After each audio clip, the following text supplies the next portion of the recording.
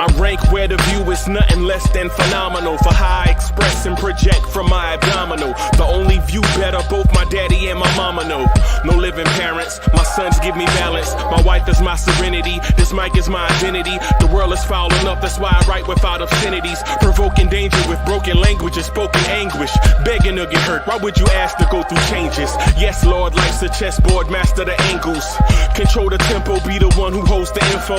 Acknowledge is just as deadly as machete swings. When spoken, the truth is as potent as that Medellin. While others swear the style is free, I just let it ring. Our time is undervalued, soldiers make us better kings. My fans on my shoulder, reaching after better things. Today I take the shot, for them I'd rather set the screen. My mama told me follow my dreams. My daddy told me get it by any means. Stand tall, make a bow to a king. But I've evolved, you can see the resolve. Look in my eyes when you speaking to God.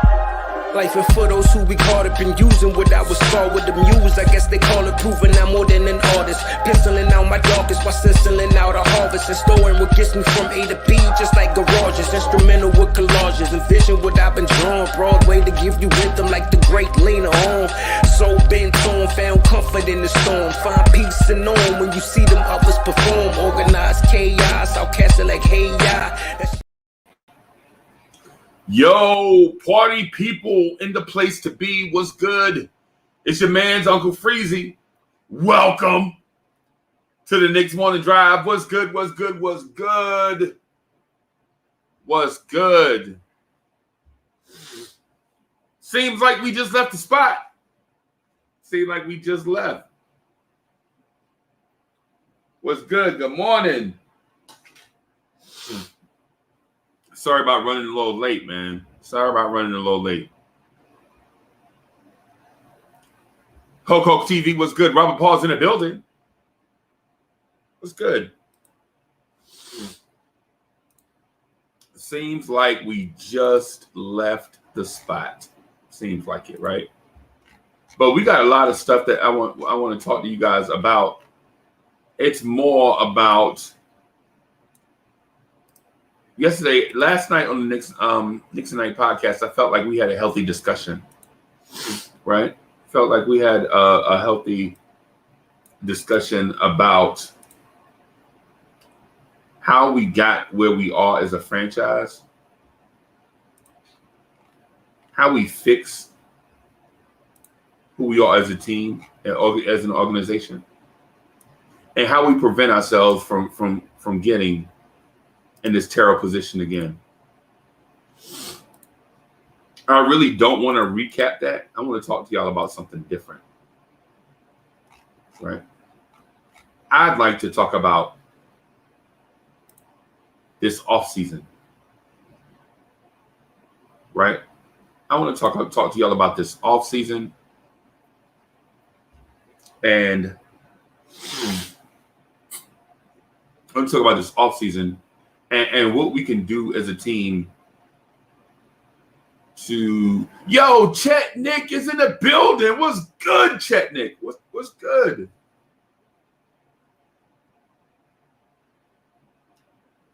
Yo, I don't know if y'all know, but this right here is the best coffee on the planet, yo.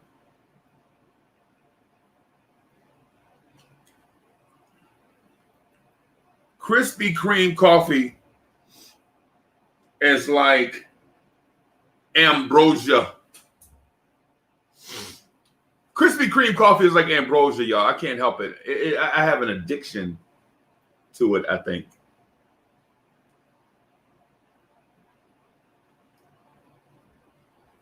Yeah, Robert Paul. Yeah, the Knicks Night podcast was dope. We got a little saucy with each other. I like that, though.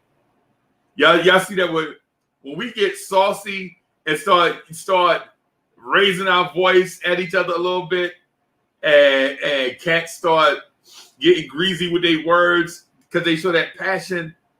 I'm like, like the evil villain.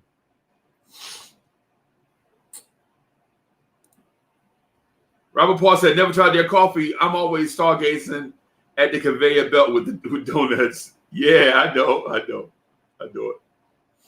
I get what you're saying about stargazing too.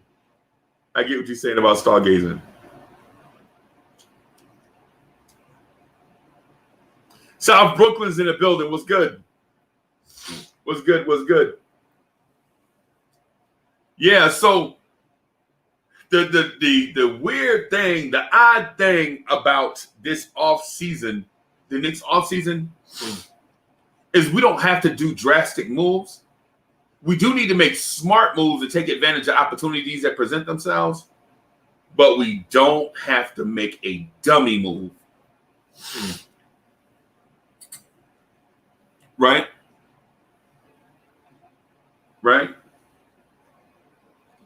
We don't have to make a dummy move.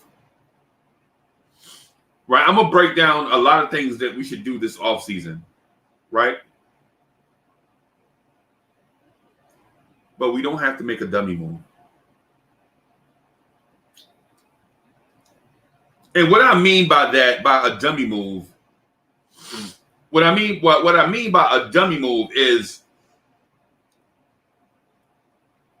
just because you're the new kid in town, don't mean you have to establish a reputation. Right? You don't have to establish a reputation.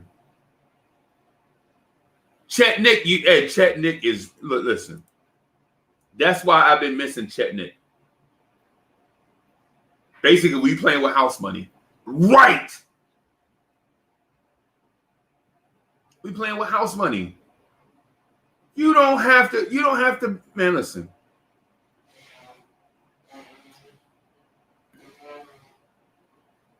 You know, the thing that comes to my mind when I think about the Knicks this offseason is that song from back in the day. You don't have to be a star, baby, to be in my show. Right? You don't have to be a star, baby, to be in my show.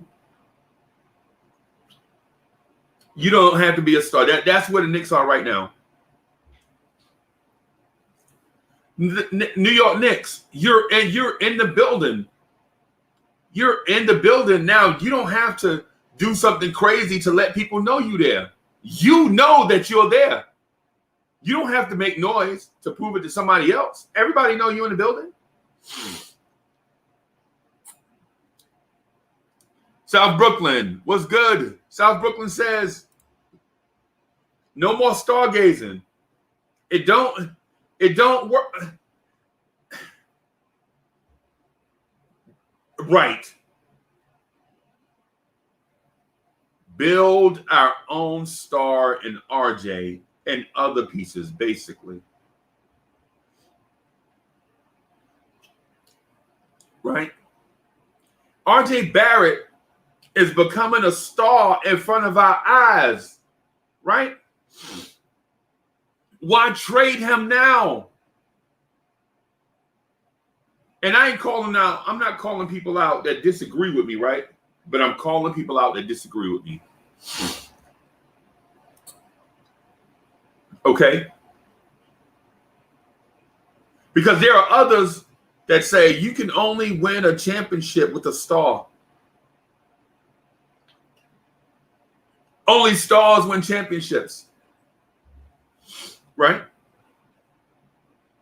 But I heard Barack Obama say something one time, and they kind of put things in perspective. Right? Barack Obama said people want to spend all this money to go to outer space, and 95% of the ocean has never been seen. So you want to go 1 million miles away from here, but you don't even know what you have at home. And then when I heard him say that, I was like, but outer space has always been the. But you have a point. Barack Obama said, when a dude said, how come we don't put money back into the space program and all that stuff? He was like, You want to go a billion miles away, a million miles away to all these different places, and our ocean is 95% undiscovered.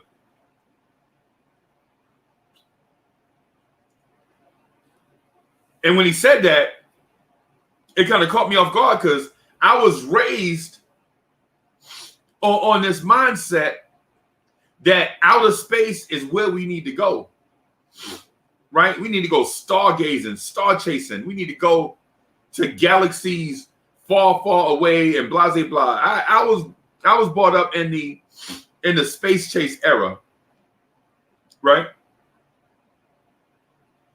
Right, like I was a baby during the Apollo years, right? I was a little shorty during man walking on the moon and all this stuff, right? So my mindset had always been go to space, right? But it didn't dawn on me what he said, and I knew he was right. I knew the ocean was, saying blah, blah, blah. Right? But at the same time, it didn't dawn on me until somebody said it. You know, sometimes how you have to hear things out loud to realize what's going on.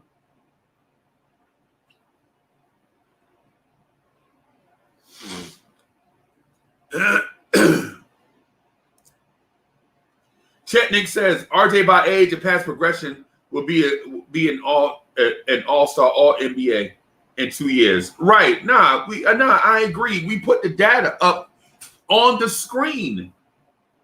I compared RJ Barrett's career to all these other guys that they wanted to trade RJ Barrett for. Right? All these guys you want to trade RJ Barrett for: Zach LaVine, Bradley Beal, Devin Booker, Brandon Ingram, Kawhi Leonard.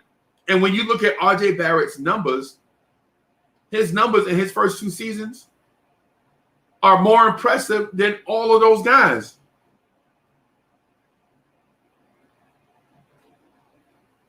Right?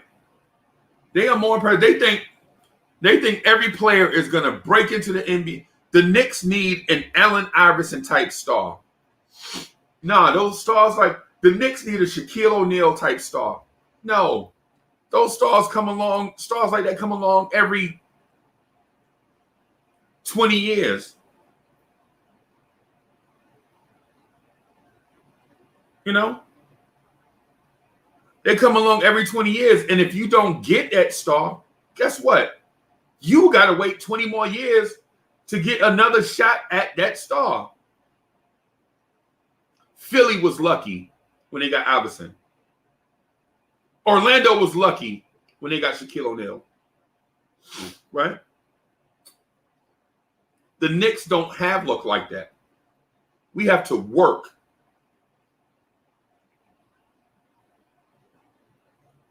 It reminds me of some song by some calypso chick and some rapper dude.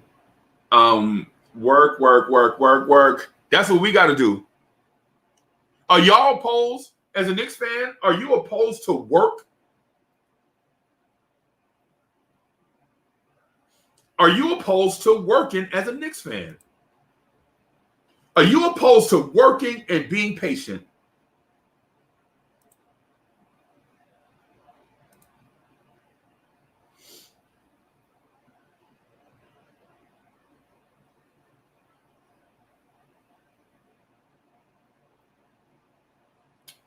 Oh, that's good news. I just got good news from Macri. Macri said he'll come on the show.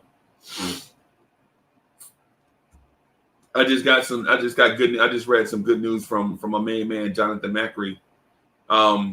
So we'll get Mac back on the show. He and I have like a weird handshake agreement about maybe once a month.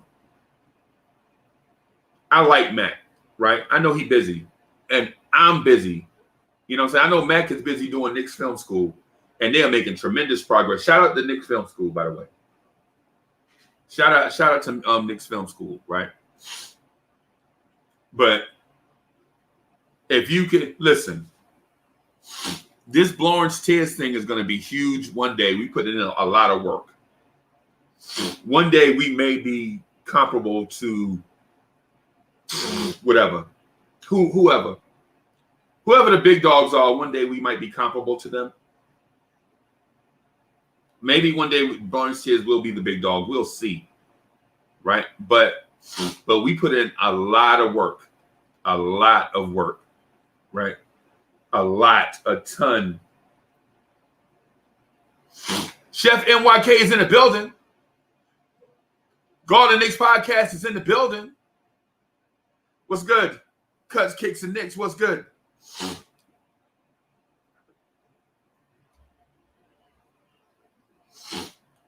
Salute my kings. What's good? Speaking of Blorange Tears work, are y'all opposed to the Knicks putting in a lot of work? Because listen, you can get to success a lot of ways. Some people are blessed and fortunate to wake up and it just happened for them.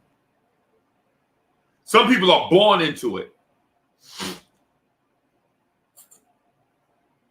Like Knicks Universe. Some people in Knicks Universe have a plug that provide everything for them, and they could just get on and rock and roll, and it's easy, right? You know, and shout out to them for that, for having a plug, right? And then there's others like Blorange Tears. We gotta grind. Bro. We gotta grind because Julius Randle ain't coming on here. Mark Berman ain't coming on here. You know what I'm saying? We got to grind, so that's what we doing.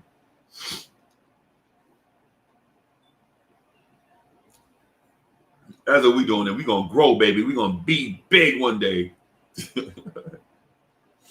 But the Knicks, though, they have to work because they're not gonna get the number one pick in the draft and draft a generational talent. The Knicks are not going to get the number one pick and draft a LeBron James. The Knicks are not going to get the number one pick and get a Zion Williamson. You know, the Knicks, this front office, they have to hustle, right? They got to turn over every stone, right? That's what they have to do. They have to grind. Right? They have to work. Let me read some of these comments right quick. Y'all know I love reading the comments, man.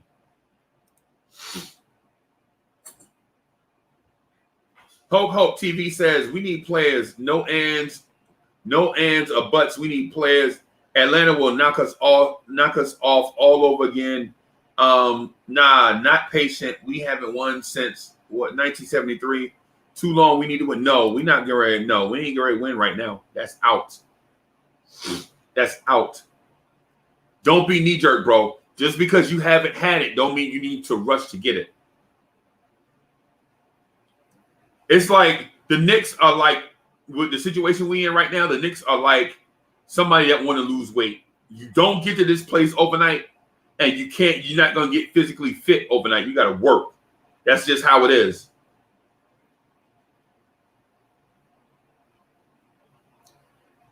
That's just how it is. The Knicks are the fat boy. You know what I'm saying? You got to work.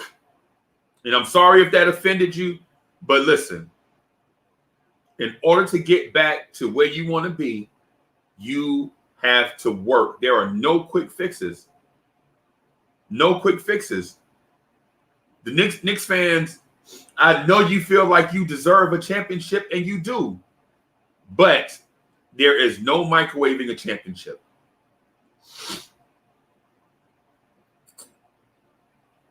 There is no microwaving a championship, y'all. That's not how this thing works. You have to do it the right way, piece by piece. The two teams that you saw in the NBA Finals this year, they grinded their way back to respectability. They grinded their way back to respectability, piece by piece. The Phoenix Suns, what was the Knox draft? 4 years ago? The Phoenix Suns 4 years ago had the number 1 pick in the draft, and they earned it. Right? They earned it. They earned the number 1 pick in the draft because they were trash. But you know what? They made the NBA Finals. They got a taste.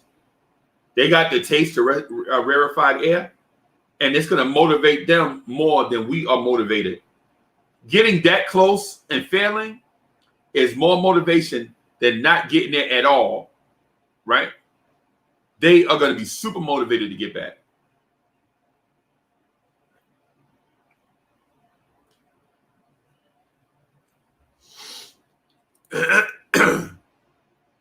L Train says, Uncle Freezy, we had a star in Patrick Ewing, but they put pieces around him, but he was also selfish. And with Pat Riley around surrounding 2 players with the ball, that's why we didn't win, right? The Pat Ewing era, we didn't win. We didn't win championships on Pat Ewing era because it wasn't our time. It's as simple as that. It's as simple as that. Because the year before Pat Ewing was drafted number 1, the Chicago Bulls selected Michael Jordan. It's as simple as that. And I hate to say that now we second fiddle, but yeah, we second, yeah. The Bulls drafted a transcendent piece, generational. The Bulls drafted the GOAT. It's as simple as that. I'll give you an example. Say by some miracle, just play along with me. I know this is not going to happen, right? I know this is not going to happen, but y'all play with me on this. Just hang around with me on this. Say at 19 and 21, the New York Knicks select the 2 greatest players of all time. At 19 and 21, the New York Knicks select the 2 greatest players of all time. Right? Right? Say the New York Knicks select the 2 greatest players of all time at 19 and 21, right? There's nothing you can tell Boston. Boston has to sit by and watch us win championships. No matter how badly they want to win, they won't be able to beat us because we have 2 of the greatest players of all time. 2 times. Say we draft 2 top 10 players of all time in the same draft. Bam, bam. Right? It don't matter what the rest of the teams do because we would have a Michael Jordan, LeBron James combination, and nobody would be able to beat us. That's destiny. Sometimes stuff like that happens. It happens, bro. So don't be mad at Pat Ewing or Pat Riley. They were in the city during the Michael Jordan era, during the Magic Johnson, Larry Bird era. It happens, man. It happens. Because there was a weird conversation that DeMar DeRozan was a loser because he couldn't beat LeBron James. They traded DeMar DeRozan for Kawhi because of LeBron James. Nah, bro. With LeBron James in his prime in the East, a lot of teams missed out on winning the championship, bro. A lot of teams. Right? You have to chalk that up for what it is. But is there a generational star out there right now that's blocking this New York Knicks team? I say no. No. Right? The pathway is clear for us to strike. Right now. But you have to build the right team. Y'all smash that like button for your mans. If y'all halfway like Uncle Freezy and halfway like Blorangetears and what we doing here, y'all smash that like button, man, and support us, man. Me, G-Man, City for Real, and I forget who we watching. But we were watching the like conversion rate, like the number of views versus likes. And the number of views versus the length of time that y'all hang out with us and watch us. And we were like, yo, they hang out with us the whole time, but people don't smash that like button. You know what I'm saying? So I'm asking y'all, man, yo, smash that like button, not just for us, but so that others can find us, so that we can continue to grow this thing. Right? Andrew College, thank you for that thumbs up too, bro. You know what I'm saying? We were looking at the numbers, because what I did is the formula, like break down the number of watch hours versus the number of views versus the number of likes and dislikes. Like, for the most part, people don't smash the dislike button, right? But they don't smash that like button. The usual people, they smash that like button every time they come in the door. They like, bam, I'm part of the family. Bam, smash that like button.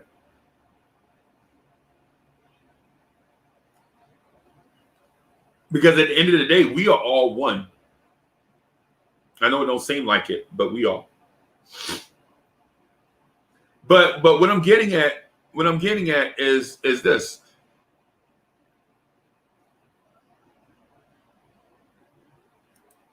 What I'm getting at is this.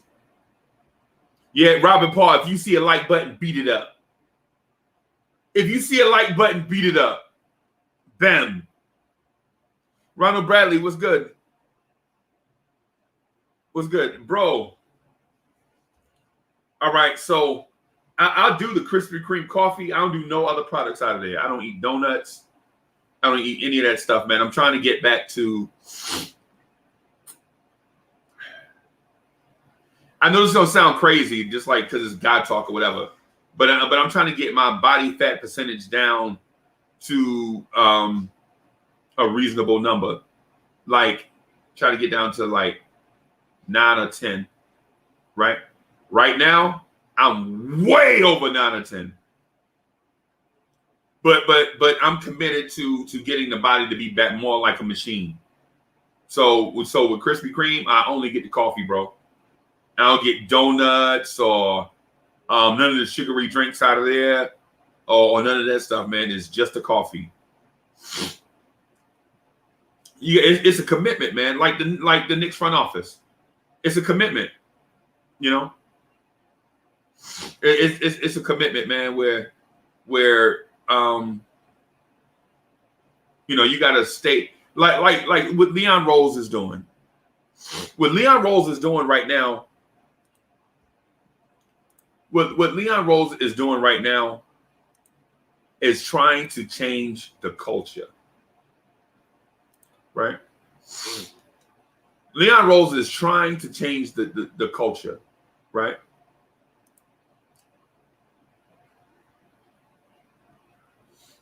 What my man is doing is trying to change the culture in a way that,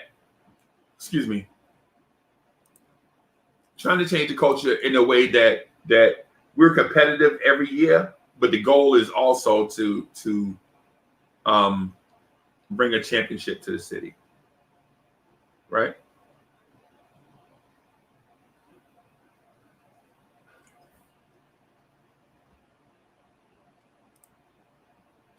Frederick is in the building. What's good?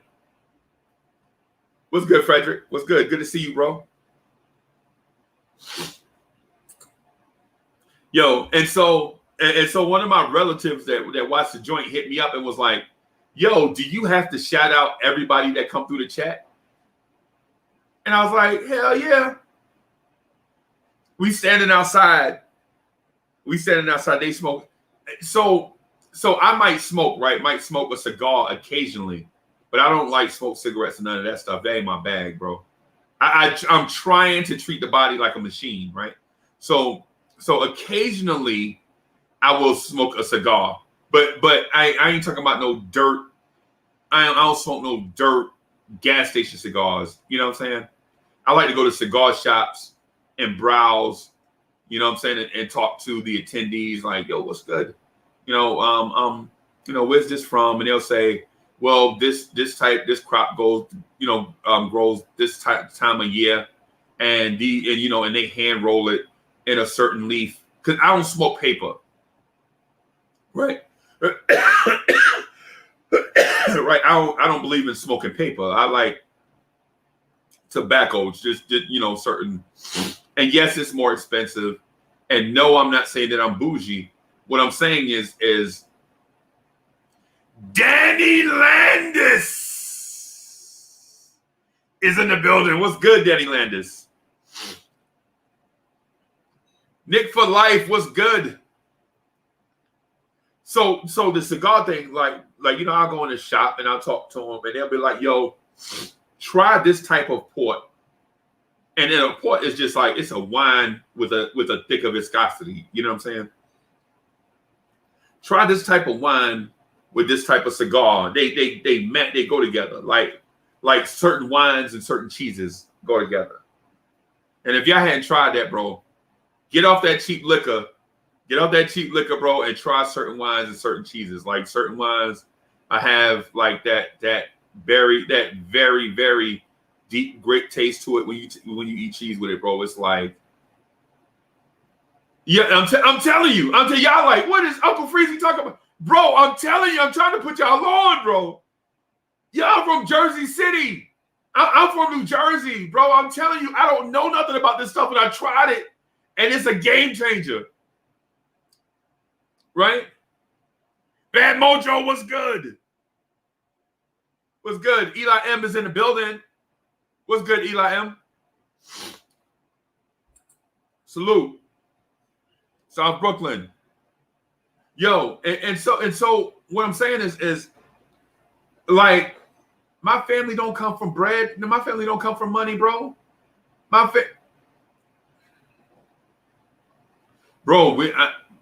We were raised in Jersey City, man, coming out of a 2-bedroom flat with no heaters.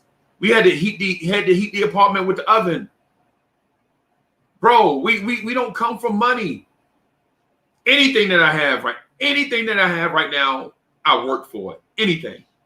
I work for it. Ain't nobody, I didn't have the goose that laid the golden egg. I didn't have this ain't Jack and the Beanstalk, bro. I'm a regular cat like y'all. Right? Thank you, Miss Mocha. Miss Mocha bought me some water. Y'all tell Miss Mocha, hey, stop being so rude.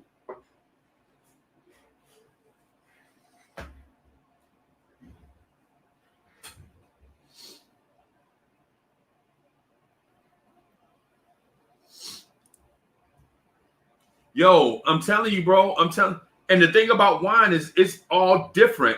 Like I thought wine was wine. I was like, yo, it's all alcohol to me. That's what I used to think. It's all alcohol to me. You know what I'm saying? But it's a part of being refined or whatever. But I'm gonna move back onto these Knicks though. The Knicks front office, they have to work. They have to work. They can't leave no stone unturned. Right? They can't leave any stone unturned. Right? Let me throw this thing out here in the chat. I see my people's here. Let me do something real quick. Let me put my invite out here, man. I've been rude with that. I just wanted to get that off my chest real quick. Hey, Chef NYK. So I'm trying a bunch of different ones. They all, to me, they all taste. They all have their own distinct value or distinct. They're all different, right? And so I hadn't gone all the way out. I'm still a novice in the wine game. Right, but I'm learning as we go. So I've been doing this like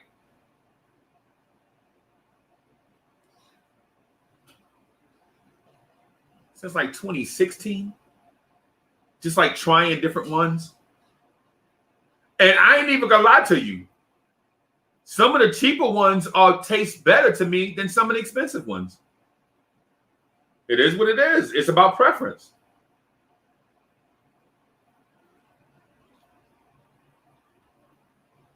DSJ in the building, what's good? DSJ, what's good? All right, so let me get back on topic, right? So I'm gonna get back on topic. So a look at this offseason. The first thing we should do, in my mind, this offseason is examine the roster, right?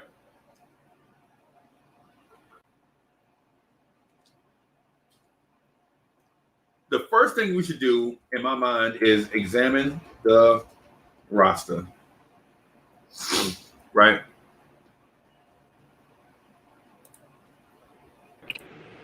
What's up, boss? Salute.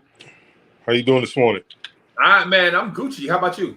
I'm good. I'm good. I tapped in a little bit last night, but you know, I was letting my little brother cut my hair, and he was dying laughing he was like, "Yo, you be doing this every night?" I was like, when I can. He was like, "Yo, these dudes be having some wild takes." Yeah, bro, we be wilding out, man. We wilding out sometimes. Yo, my cousins them say the same thing. My cousins them, right? I showed them a past episode from maybe 2 months ago. Yes, sir. Maybe 2 months ago, and we were wild. We were going at each other's throat, bro.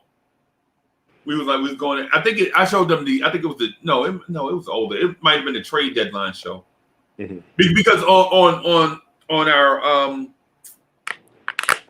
our YouTube page, you know what I'm saying? Mm-hmm. I feature certain videos. Like right now, I'm featuring the Pod Couple. The Pod Couple is what I'm featuring. Yes, right. Sir. And so I showed them the trade deadline episode, and they was just watching. They're like, "Yo, y'all was on there for 6 hours." I was like, "Yeah, bro, yeah." I'm telling you, we were wilding. We were wilding out, bro. And so they were like, "This is what y'all do?" It's like, "Yeah." He was like, "Yo, cats just jump on there and be talking with you?" I'm like, "Yup." They be looking for me, bro.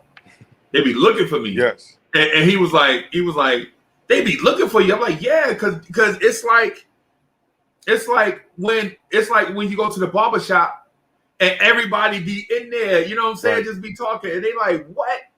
And so they took over my phone. I was like, "Yo, I gotta call my wife real quick. Let them know." Hold on. Yo, y'all gonna burn my battery up. They're like, "Nah, hold on. So yeah, man, it's crazy. They're like, "Yo, you shout out everybody that come through," and I'll be like, mostly. Sometimes I try to. Right. You know, sometimes people come in and I don't see them. You know what I'm saying? And then you know what I'm saying. But when I do see them, I try to shout them out. You know what I'm saying? They like, "Yo, this is wild. This is wild." I appreciate when you shout people out, right. Because it makes you feel welcome. Like right. You're just not talking to the abyss. You're actually speaking right. to people.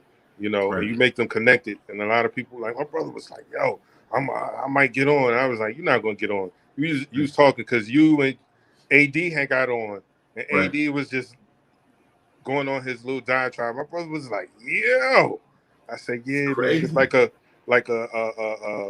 like you said, a barbershop atmosphere." Yeah. And for a dude like me, I was like, "Man, I don't have sleep in the night, right. And I blame it on fire guard duty." Me too. I'm like, I got. Yo, yeah. I hated that. I was like, "Yo, if y'all not going to give me the first shift, don't give me the one right before it's time to get up." Like, as soon as you get in your rack, as soon as you try to lay down, as soon as you try to get comfortable, it's time to get up ready for formation to do PT. And I'm like, So my sleep has never been right. So this is like therapy for me, man. I love kicking it with you guys. Yo, we love having. Yo, listen. The thing about this whole setup is this. Like, when you come on, and I'm not saying in general, mm-hmm. I'm talking to you. Yes, sir. When you come on, cats be like, "Yo, that's my man." You know what I'm saying? And so you jump on, and sometimes you don't say nothing, but you be here. And right. So we be like, "Yo, my man is in the building." You know what I'm saying? Right. And cats get attached to you. Like I'll give you an example of somebody else. Like right now, people are like, "Yo, Uncle Freezy, what happened to Hoodie Cat?" Where hoodie Kev at? Same question. Right. And so if you don't show up for a day or two, some of the family, in-house family, gonna start some kind of beef. Like, yo, Uncle Freezy, what's going on with you and Chuck Allen? Nothing. My man might have just had some, some stuff going on. He just couldn't make it. Right. Why he text you? Man, calm down, bro. Calm down. Word. We not beefing, bro. He just, something just happened, whatever. Life, man. Life is unpredictable. You don't know what's going to happen from day to day. But like a few people in the chat, like, yo, I pray everything is good with Hoodie Kev, and when he comes back, open arms, man. That's our guy. When he get back, he'll be back. I reach out to him about twice a week now, like through different things, because you never know what's going on. You want to kind of be respectful of people's space, you know what I'm saying? And at the same time, you want them to know that you're concerned, right? And so I reach out to Hoodie Kev, man. When he get back, we just gonna have it be the Knocks at Night podcast. Yeah, you know what I'm saying? Yeah. I mean, it is what it is, But yeah, man. So it's a bunch of us. Like right now, I'm concerned that I hadn't seen Simma sing in a minute. You know what I'm saying? I hadn't seen Simma sing in a minute. I'm like, yo, what's going on with Simma sing? But I don't have a way to contact him directly. Simma Singh used to be on like every day. You know what I'm saying? I'm like, yo, what's Simma Singh at? So if y'all seen Simma Singh, man, y'all reach out to Simma Singh, man, and say, yo, Uncle Freezy looking for you. Yeah, Hoodie Kev too. We just trying to do our thing. Brother Shaquille Sunflower's in the building. What's good? What's good? So the Knicks offseason, man, this look. so something going on. Chuck Allen didn't just disappear. His device just disconnected. So I'm sure he did connecting back up right quick. So there you go. My bad, Unc. Yeah, nah, ain't nothing to it, bro. Ain't nothing to it. I know it's technology, bro. So, but let's examine the Knicks roster. All right. The Knicks roster, right? I'm gonna pull up the Knicks roster, right? I'm gonna see the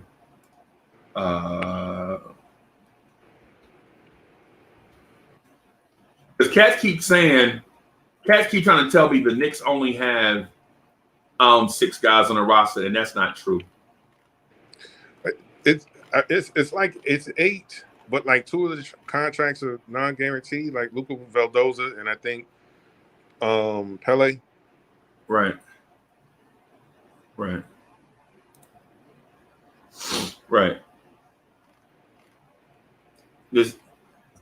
There you go. This thing is, oh jeez, I'm getting spammed to death. I hate getting spammed, bro. I hate getting spammed. Yeah, man. Right. Those pop-ups are. Yeah. So I'm gonna pull up the thing, bro. It's crazy. It's like playing Space Invaders. Remember Space Invaders? Yes, sir. Yeah, you gotta shoot them things before they get you. Yeah. Yes, sir. Yeah, man. And so this is what the Knicks roster looks like going into next year as it stands, right? Okay. Right. So Randall takes up about 15% of the cap. That's nothing. Absolutely. Or 16%. That's nothing, bro. That's nothing. RJ Barrett takes up 6% of the cap. That's nothing. Kevin Knox takes up 4% of the cap. That's nothing. Obi Toppin is our. Wait a minute. Where's Joakim Noah? Oh, it's probably dead cap money. Yeah, let me check. Let me check. Yep, there it is. Yeah, you're right. There it is. Yeah, you're right. Yeah. Yeah, you're right.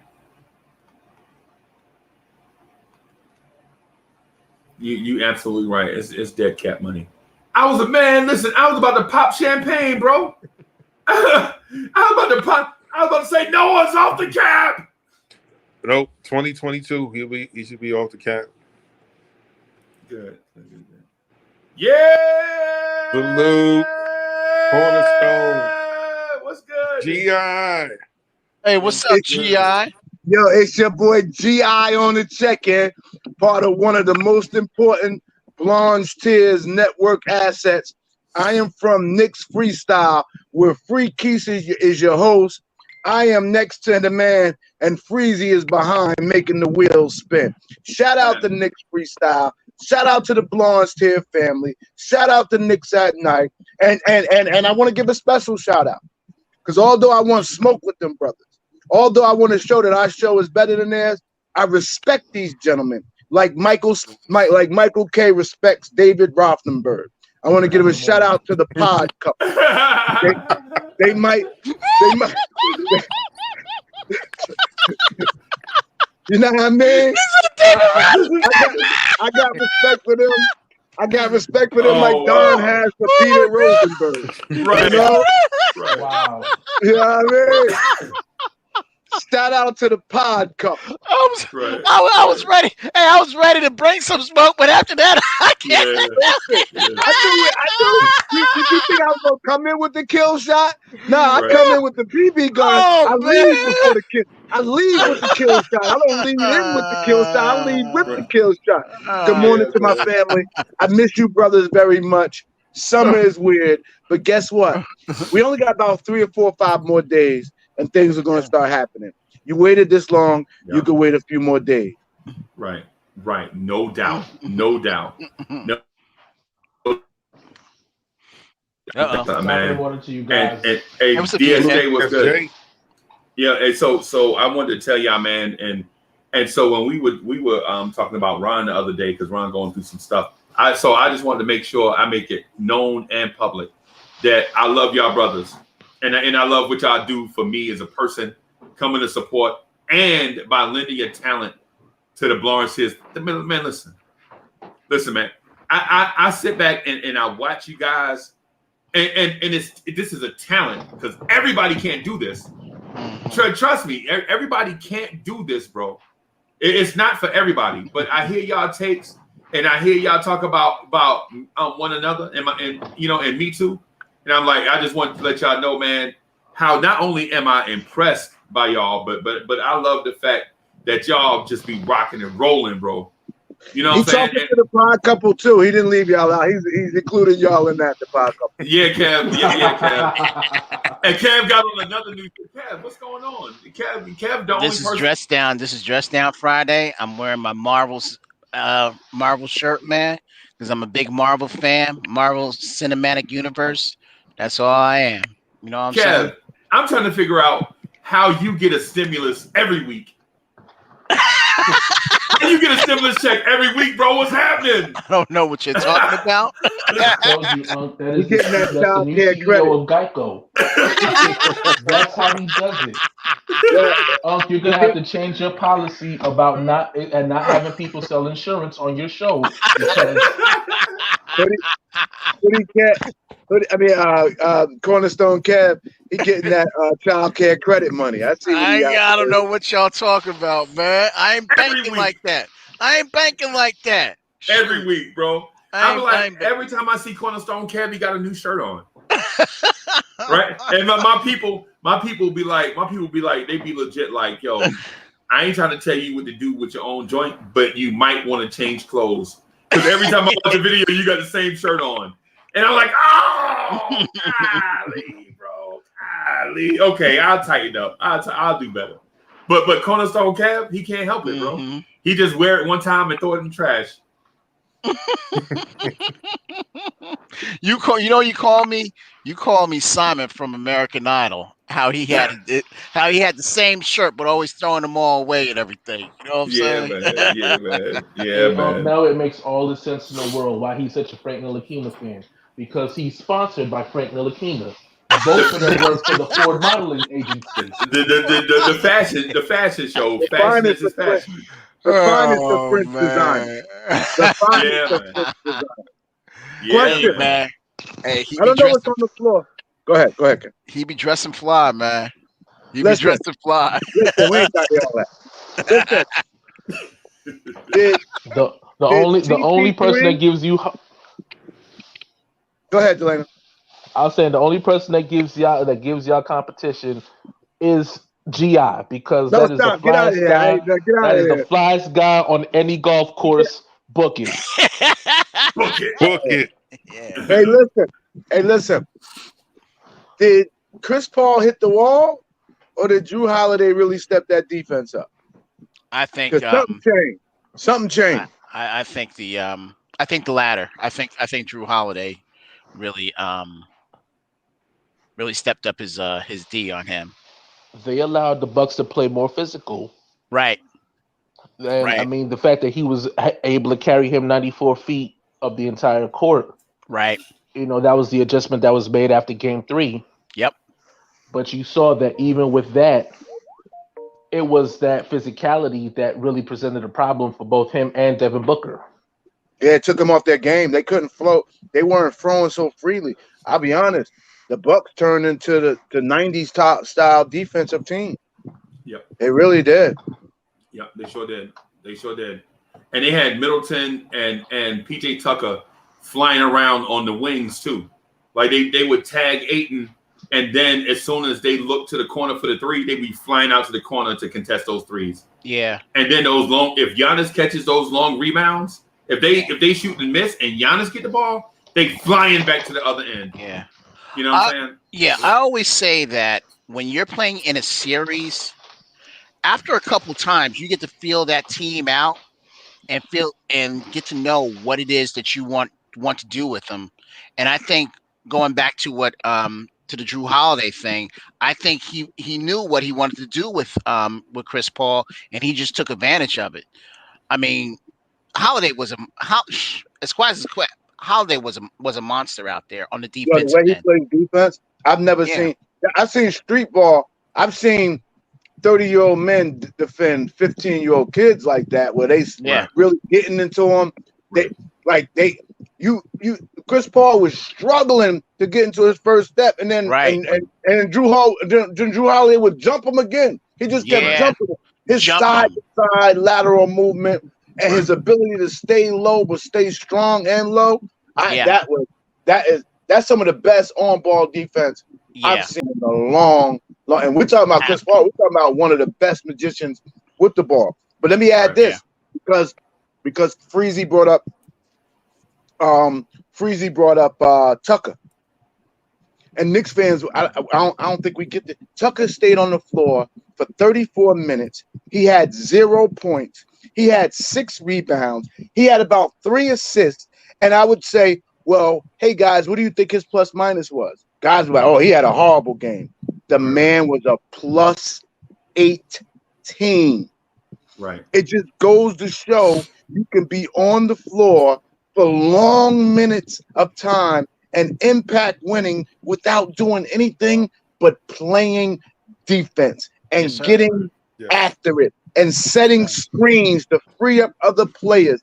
Man, I need a PJ Tucker on this team next year, and I want a PJ Tucker on this team every year for now until I stop watching Knicks basketball. I hear you. Right. It's G.I. You remember you were here when we were doing the Knicks Morning Drive in the beginning when it was me, you, and the Prince. Remember that? Me, you, and the Prince was on, right? And I said, and I was saying, hey man, I need a Robert Covington, Jay Crowder, PJ Tucker type dude because they're interchangeable. Like they kept asking me, what kind of team do you want to build? And I was like, bro, I need 3 wings, bro. I need 3 wings that you can interchange, right? It's the reason why I and I'm not knocking Obi Toppin, but what I'm saying is at the time I was like, yo, I don't want a big like that. What I want is guys that can guard 2 through 4 in matchups. And now in the pick was Halliburton. Right. Yo, come on, bro. Yeah. No, Kev. Yeah.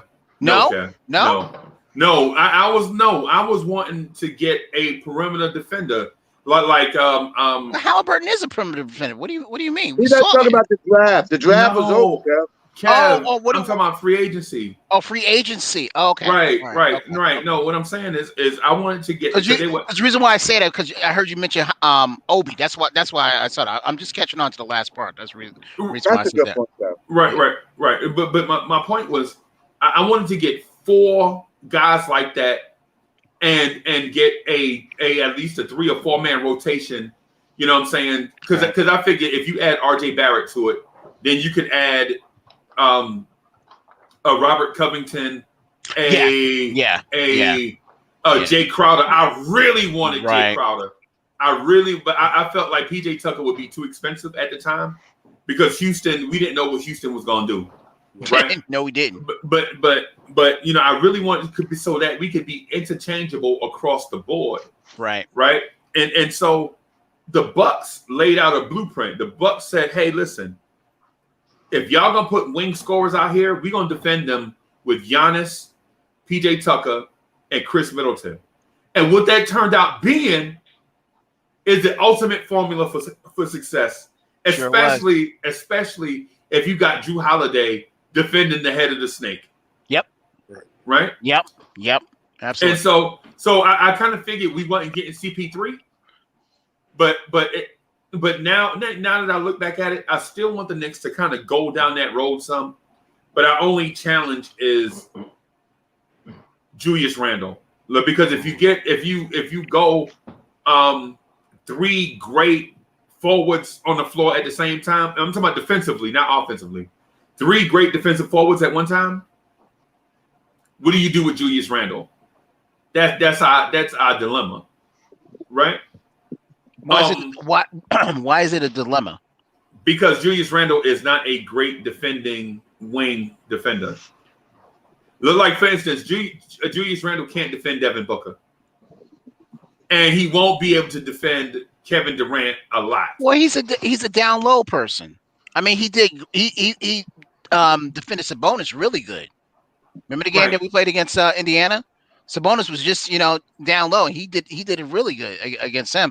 I think against down low players, Randle is really good. Randle wants to bang. He doesn't mind the bang with people, but somebody more smooth who fight off of screens, who's willing to cut. You don't want Randle. You want to get Randle off. No. You're right. But my point though, Kev, is this: think about what you just said with Sabonis, right? But what happens when if TJ Warren gets hot? What happens if Malcolm Brogdon gets hot? These dudes play for the same team. What happens if Caris LeVert gets hot? Julius Randle can't guard any of them. No, that's the reason why I say I like a Jay Crowder, because if any of those dudes get hot, Jay Crowder can guard all 4 of them. You know what I'm saying? And you bring in a guy like a Robert Covington. Robert Covington can guard all 4 of them. That was my point back when GI, and the Prince Bun first started doing this joint. We were like, we want defensive flexibility, and Randle does not have. We was also talking about Frank coming, progressing into that, and his minutes and his way he practices, all of that geared toward him becoming that. And then sure enough, training camp open, and all we kept hearing is Frank is hell bent to be a point guard. So that's when I threw my hands up in the air with your boy Frank. Yeah. Right. That's why we had to run and joke that Frank was a 6'4" Tree Rollins. Because every time we talk about Frank becoming a wing defender and just hitting spot up threes, the Frank Hive would be like, but no, in 9 years, Frank can be Magic Johnson. Nah, bro, we ain't. Did somebody really? I hope you just playing with that, because that's ridiculous. That is ridiculous. Bro. Oh my God! You give the Frank Hive as much as I love Frank, I would never. Bro, you give the Frank Hive an inch and they take a yard, bro. That's 5 yards. That's 5 yards. You owe me another grape drink. I got you. That's ridiculous. I got you. I got you, bro. I got you. Because you know what? Because you have to bring these things to the fore. You have to bring these things to the fore. Like when somebody brings up a point with GI, I'll say GI make a point, right? And it'll be an astute point that's right on time. And then somebody in some hive will take GI's point and then take it to Saturn. They're so esoteric. Like the Frank hive, the Knox hive, their fans are esoteric. They don't wanna just stay in the now. They project stardom. Right? Like me and Hoodie Kev. Hoodie Kev would be like, I'd be like, Kev, just say this is Kevin Knox's red shirt year, and next year he'll be better. Right. And Kev and Hoodie Kev would say, yeah, because in 2 years I can see Kevin Knox in the All-Star game. And I'm like, no, that's the opposite of what I just said. Yeah, man. So wow, will he be in a 3-point shooting contest? Because we'll be he'll be in a rookie challenge. A 6-year rookie. He's still a rising star. Go for it. Still a rising star. Right. Hey, so I got a question for y'all. I want to examine the roster, right? I want to examine the roster, right? And how I want to get y'all truthful takes on the people that are here. I'm going to put the roster up one more time so that we can look at it. And I want y'all honest opinion on what it is that we have, right? That your honest opinion, not cap. We don't want to cap, right? We want to be real about what these players are, right? So what are y'all feelings about this kid, Norvel Pelle? He's serviceable. I don't think there's anything really to him outside of the fact that he's a body. You know what I mean? I mean, he can make some defensive stops, but at the end of the day, he's a body. You don't expect much out of him. If he gets points, it's a bonus. If he gets rebounds, it's a bonus. You know what I mean? If he gets an assist, it's a bonus. He's just a serviceable player. He's a 6-foul player. Mm-hmm. Playing against somebody like Embiid, playing against somebody like Joker, you know, Dwight Howard, you know, people like that. You know, you just want him to fight. You don't expect him to win the matchups. You just want him to be serviceable. Right. And I think will be a good body in training camp. Mitch needs that to bounce up against. The question is, are we able to do? Is there any upgrades on the horizon? Because I really think we need to upgrade our backup center position this year. Because we just can't trust on Mitch. We just can't trust Mitch going that far. So I don't see Pelle as an acceptable backup. So if he's still on this roster, that means we weren't able to really do any serious upgrades at the backup position, and we needed him for the body. So we'll see. But that if he's still on the roster, that would probably give me some concern. Well, Gia, let me ask you this: would you trust the draft process to find that guy in regards to? Okay, because that's the biggest thing. You're not gonna make him out of nothing, though. He's gotta be 7 foot and solid. And I don't watch the draft. Y'all know me. I don't do draft. In fact, I want to trade the picks. I mean, he's got to be solid though. He can't be a project. And right. You know, so yeah, we were talking about that last night, GI. That I think 85 to 90% of the fan base doesn't want any more projects. No, because you don't want to continue down the path of waiting the 2 years, especially after we've already sustained some level of success in the post. You know, as far as going to the postseason, it's taking a step backwards if you're getting a guy that you're projecting to have upside. I would rather have somebody that can, you know, a plug-in player. You know what I mean? Somebody that you can immediately say, despite the years that he's lacking, that he's able to do something and not look like, you know what I'm saying, like a deer in headlights, pun kind of intended. Salute to the Bucks. Right. And that's what I was talking about with GI last night. Not GI, G-Man. Sergeant Nicks? Yeah, Sergeant Nicks. I know you want me at the other side of the pod couple, but I already have a relationship with Free Kids. Stay with your thing. Please stop trying to flirt with me. Pause randomly. I had someone to work with. But thank you for the offer anyway. I'm not interested in putting in an application.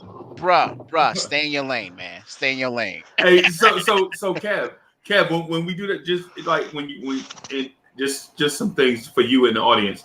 So Cornerstone Kev is referring to the conversation that they had on the Pod Couple yesterday. The Pod Couple come on Thursdays at 6:30. Make sure y'all check that out. Yeah, learn how to plug your show. Yeah. So what he was getting at is that conversation that they have between each other, and so they are in the mindset that we are a playoff team and we can no longer wait on guys to develop the long game with development, not the short game with development. Right. But the thing about it. Oh, go ahead. Yeah, what I was going to say, GI, is hold on, guys. I'll be back to that point 1 second. Good, thank you. We're glad because my point's going to be better than yours. So the position is what we've been talking about all year is by the time February came around and we got past the All-Star break and we said, holy smokes, this team is for real. We didn't realize all of that rebuild process, all of that. We got fast-tracked last year. So when you're seeing your little favorite player you want to draft and you're saying, give him 3 years. The Knicks don't wait. The Knicks don't wait.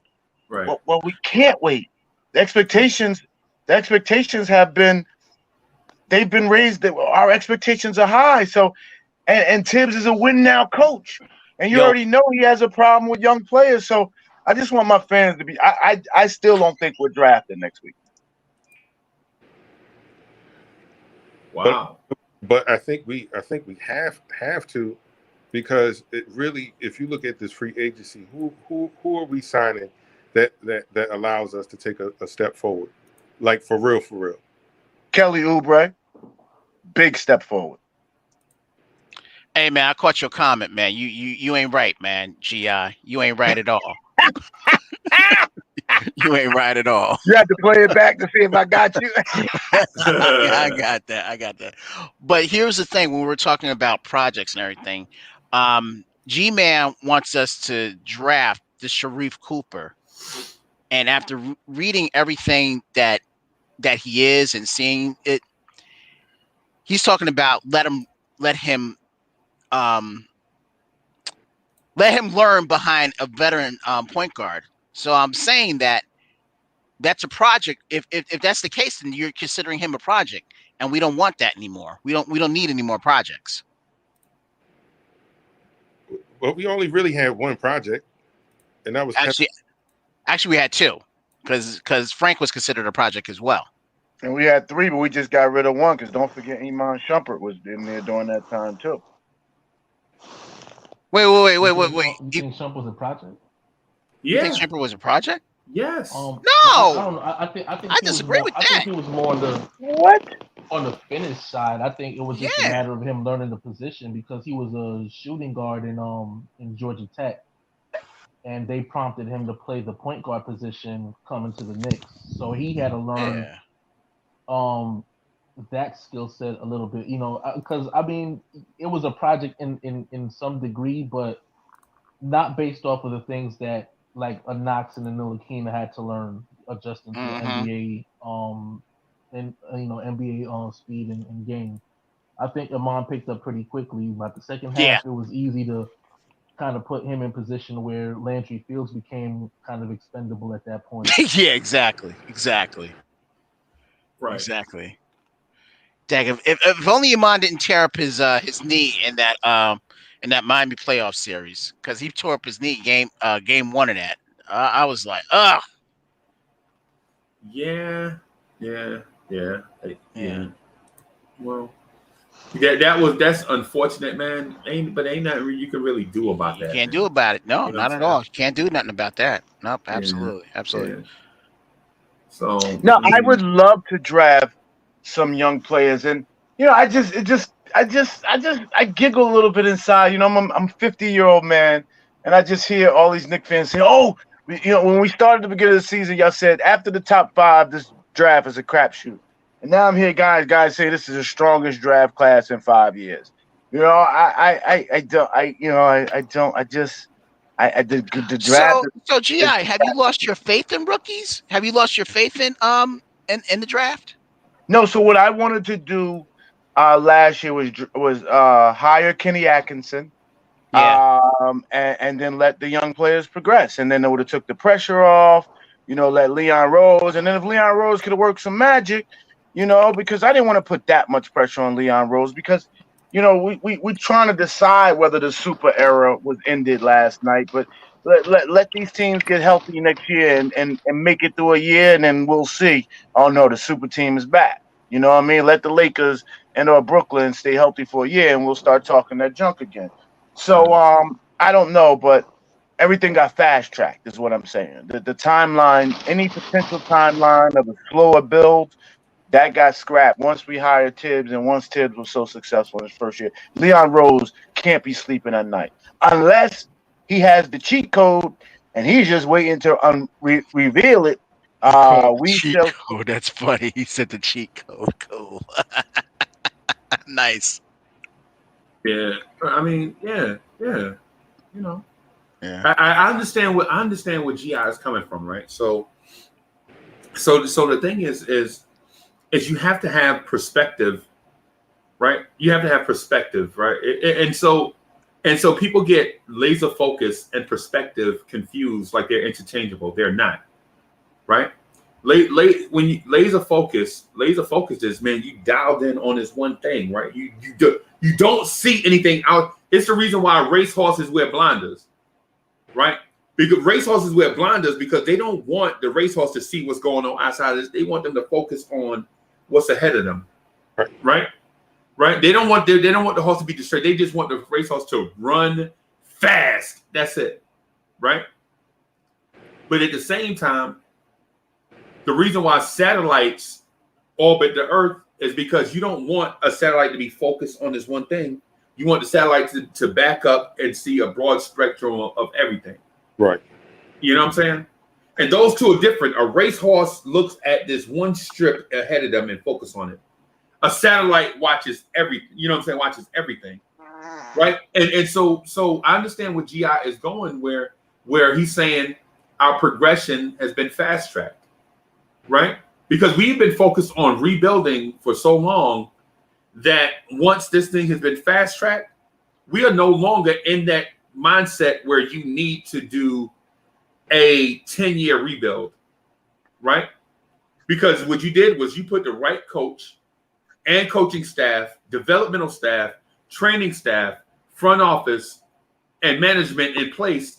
Now, all those things that we used to try to have to do over the course of 3 or 4 years were done in one season. Right now what you need to do is build a roster, a balanced roster, though. Where I don't agree is bring in a whole bunch of veterans. Can you emphasize that balance one more time, please? I don't know if they heard you in the back. Right. The balanced roster. Right. Balanced roster. Right. So not all rookies, not all vets. What you want to do is you want to replenish with cheap labor. That's the draft. You want to replenish your roster with cheap labor, and then when it's time to go big game hunting, you do that in free agency, right? Where we have failed is we tried to go big game hunting in the draft and failed. Or trade or use half our roster to do big game hunting. Freezy, you better talk. Let me shut up. I just want to narrate a little bit. I just want to ad lib for you. Right, bam. That's how we do it. So the thing is it's all about the perspective. We need to have some, right? Because when we're laser focused, we can only see the strip of land ahead of us, right? But now it's time it's the offseason. Now it's time for us to get out of laser focus. Some of these guys like that just strip the landing though. Some of these guys don't. No, let me shut up. I'm sorry. Well, I mean, it because they're not used to it because we're in an unfamiliar place. We're in an unfamiliar place, so they look at my joke went over your head, Freeze. It's okay. I know. I heard. I got you. But it's this thing, man. Where in the off season we need to back up and have perspective and reassess. So we need to reassess. Is Julius Randle Should we treat Julius Randle as the franchise cornerstone, the franchise player? Should we do that? Right? Should we continue to let RJ Barrett progress on the rate that he is, or should we trade him away for a guy that's ready so that we won't waste Julius Randle's window? Right? Should we draft all these rookies, bring all these rookies in? Should we use up all our cap space on some veterans that can help Julius Randle win now? Right? So there are a lot of questions that are out there, and to be honest with you, a lot of these answers, the answers to a lot of these questions that we have, should be NA right now. We should not try to answer those questions right now. Amen. But we should gather more data. Amen. Right. That's what we should be doing right now this offseason. Like when we assess the roster, what we should be thinking is, can Mitch become a threat offensively? If not, do we look to replace Mitch? Is he replaceable? What are we going to do with Obi Toppin? Is Obi Toppin a good story to have around? Or do we need for him to be a key contributor? And if not, should we replace Obi Toppin? Right? Yeah. And so it's a lot of questions. There are a lot of it's a lot of questions. So as a Knicks fan, what I'm saying to other Knicks fans is we should be patient and reassess, make smart moves. And so I equate it to I like to equate everything to three things: chess, golf, and the military, right? So in chess, right now where we are, we should be pushing pawns up the board because the big move is not there to be made yet. Push your pawns. And basically what I'm saying is develop what you have, and then if the right move is there for a star player, whether in the draft or in free agency, then make that move, but be cautious. Right? It's like when I play golf, right? And say I have a shot that's about 200 yards away from the hole, right? I love using my irons, right?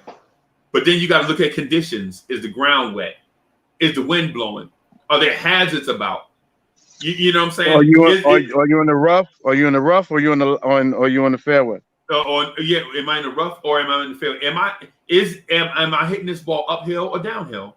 It's a lot of. Is the green that I'm on? If I'm on the green, is it undulated? Like and so that those that don't play golf, undulated means is it hilly where I am? Like even if I'm on the fairway, am my feet above the ball, or is the ball above my feet? You know what I'm saying? It's a lot of stuff. So when I get in that situation, instead of using my iron, I'll use a safe hybrid, right? Because I know I can hit it straight.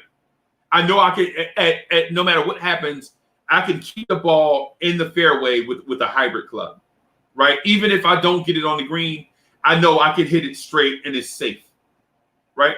So it's a lot of things like with this offseason that we have questions to, but we don't have the immediate answers. So instead of generating an answer just to have an answer for the question, we need to just get more data. You know what I mean? Yeah, that's what I'm saying. Can I support my position, because I just don't want people to think I'm crazy. I don't want to trade our draft picks for Bradley Beal or Dame Lillard at this time. I don't, because I think there's other assets out to be got.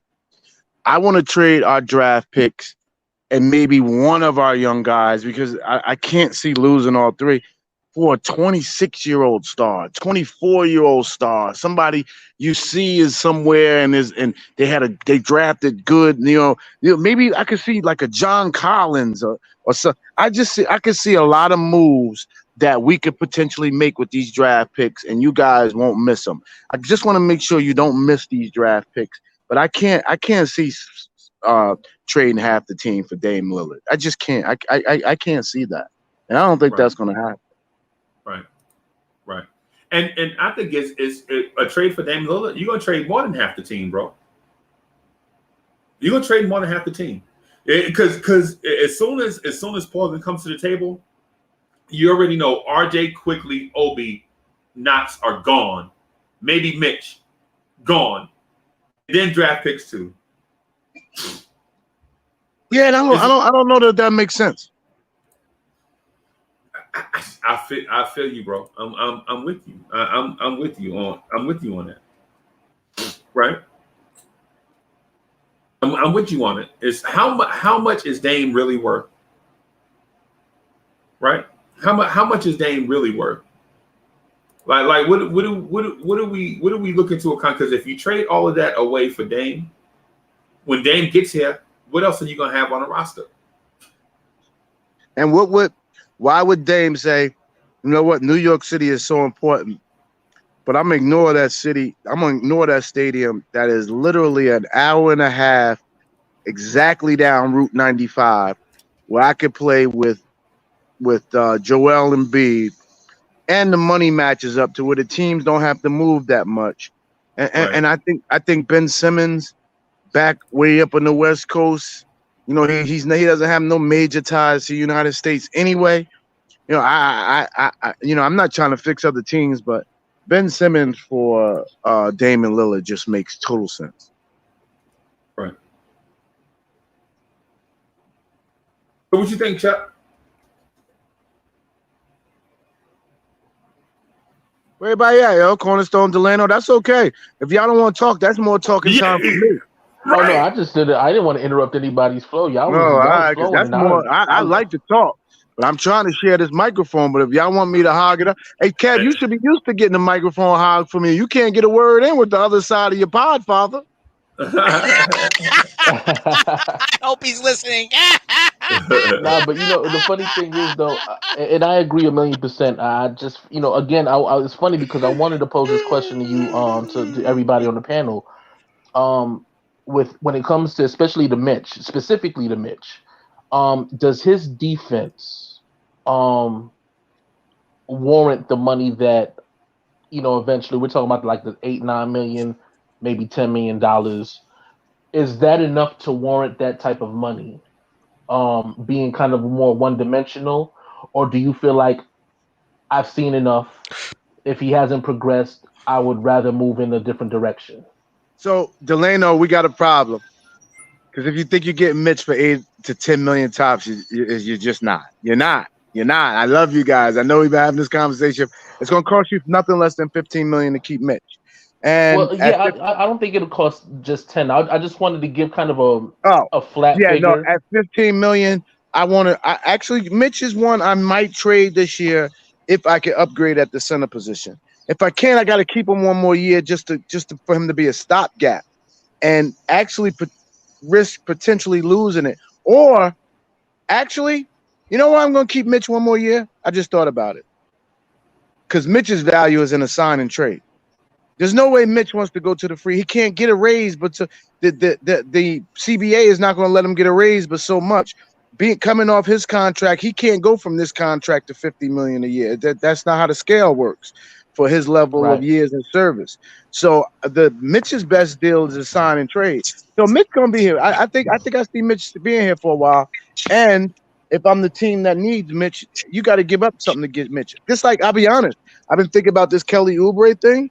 I don't know we get Kelly Oubre without a sign and trade, quite honestly. I think it's going to take a sign and trade. We might have to use one of our first round picks just to get Kelly Oubre. This next 6 days, man, it's going to be crazy. It's going to be crazy. GI, just to let you know, we have a person on the panel who thinks the opposite of you, that'll trade everybody for one player. What's up, AD? You are my starship. Come take me out tonight. Is that Mr. Anthony? Salute, AD. Yes, sir.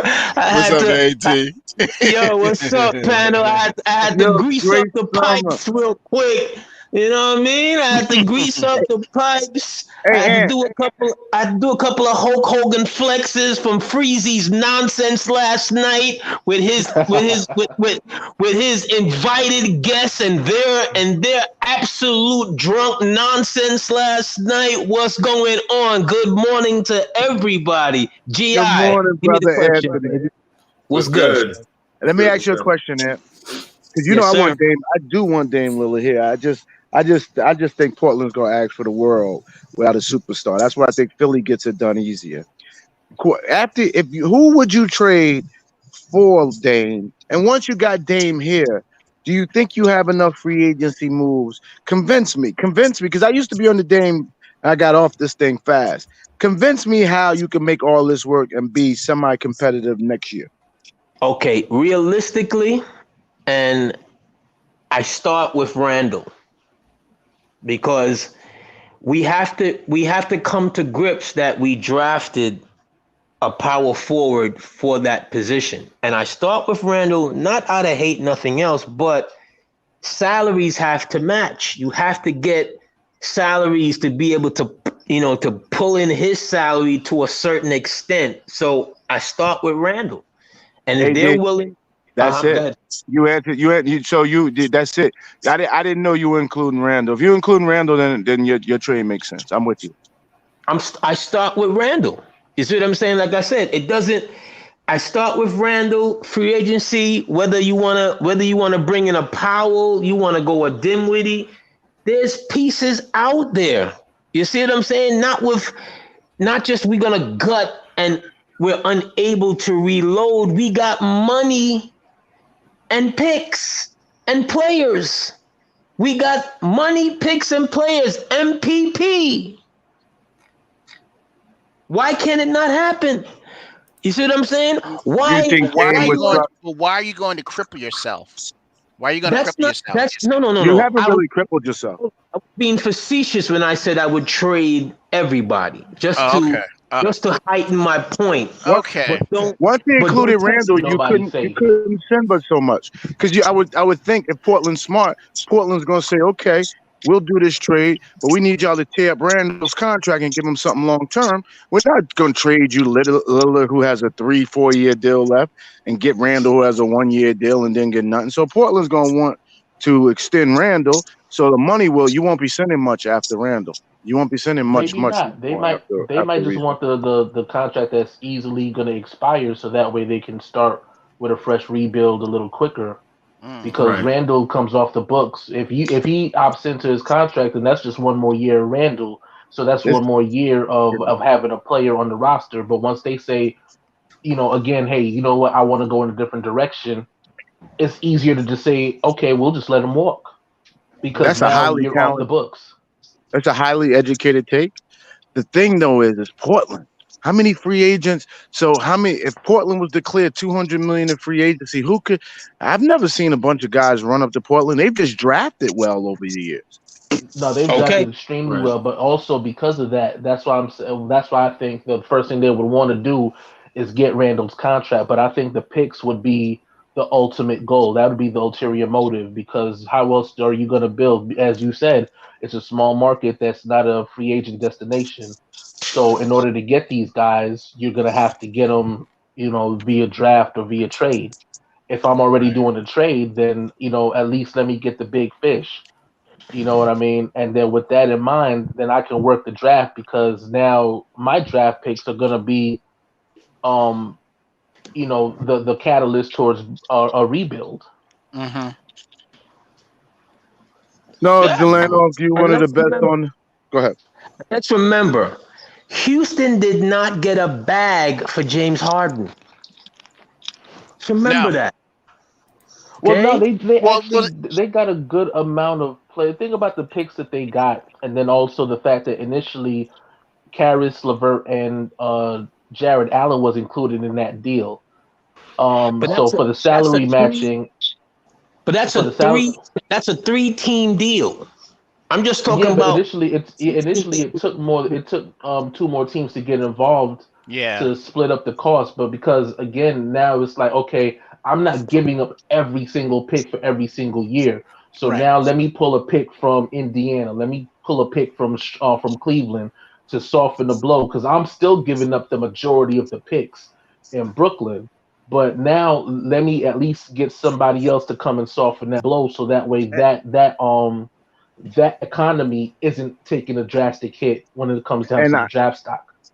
And guys, I don't get into conspiracies, but I'm not so sold that the NBA don't see deals coming in and start saying, well, you know what, guys, if we put that deal with, okay, this is what they ultimately want. But if you put that deal with that deal and that deal with that deal, they all make out better. And then we got a better parity in the league. I wouldn't be shocked if the NBA starts playing with some of this stuff too, because some of this stuff just fell out too well. You're right. Brooklyn didn't over. You'll be hard pressed to say they overpaid for Harden. The problem is Brooklyn has no future after 3 injury-prone players. And I shouldn't say KD is injury-prone, but he came off one of the worst injuries a basketball player could have. Brooklyn is truly all their dice on the table now. Their future is limited. Yes, I totally agree with. Yeah, yep. But totally limited. But you think they care right now for the next year and possibly the year after that? No. Anthony, they're sweating. Another year, Kyrie going crazy. They got to get rid of Kyrie. One more year, Kyrie going crazy. And the other thing, and G.I., you mentioned Kyrie. You can call him injury prone as well. He couldn't make these playoffs. I did. I said the only one I can't call injury prone is KD, but he had one of the worst injuries a basketball player could have. Right. And he's a big man, and he had a leg injury. And remember, several years back in OKC, he had a leg injury then. But if you Brooklyn, you know, am I gonna worry about that? What, maybe 20% of me? Maybe. I've put 3 of the top 12 players on the same team, and I still have nice other pieces around them. See, these how worried how worried I am? I want to go put them boys in bubble wrap right now. Uh-huh. I want them in bubble wrap, and I don't want them coming out of bubble wrap till I put them on the floor. And I want Kyrie to say, listen, until I'm done paying you money, I need you to stop thinking and stop talking. I actually want you, when you're not playing basketball, I actually want you just to sleep. Just stay in the house, sit in this corner right here. I'm that worried. I'm that worried about that. And G.I., what do they do? Durant and Harden go off to play the Olympics. Yes, we're talking about wrapping them up and everything. They go out and go and play the Olympics. So already they're risking themselves as well. If I was them, I want Harden to go play in the Olympics anyway, because Harden got to get off that 30 pounds. He got to come. He can't come back here looking like Mark Jackson in his 3rd season. He can't do that in his 3rd season. He's right. You can't come in here. You can't come in here looking like somebody's uncle, bro. You got to be heard it here now.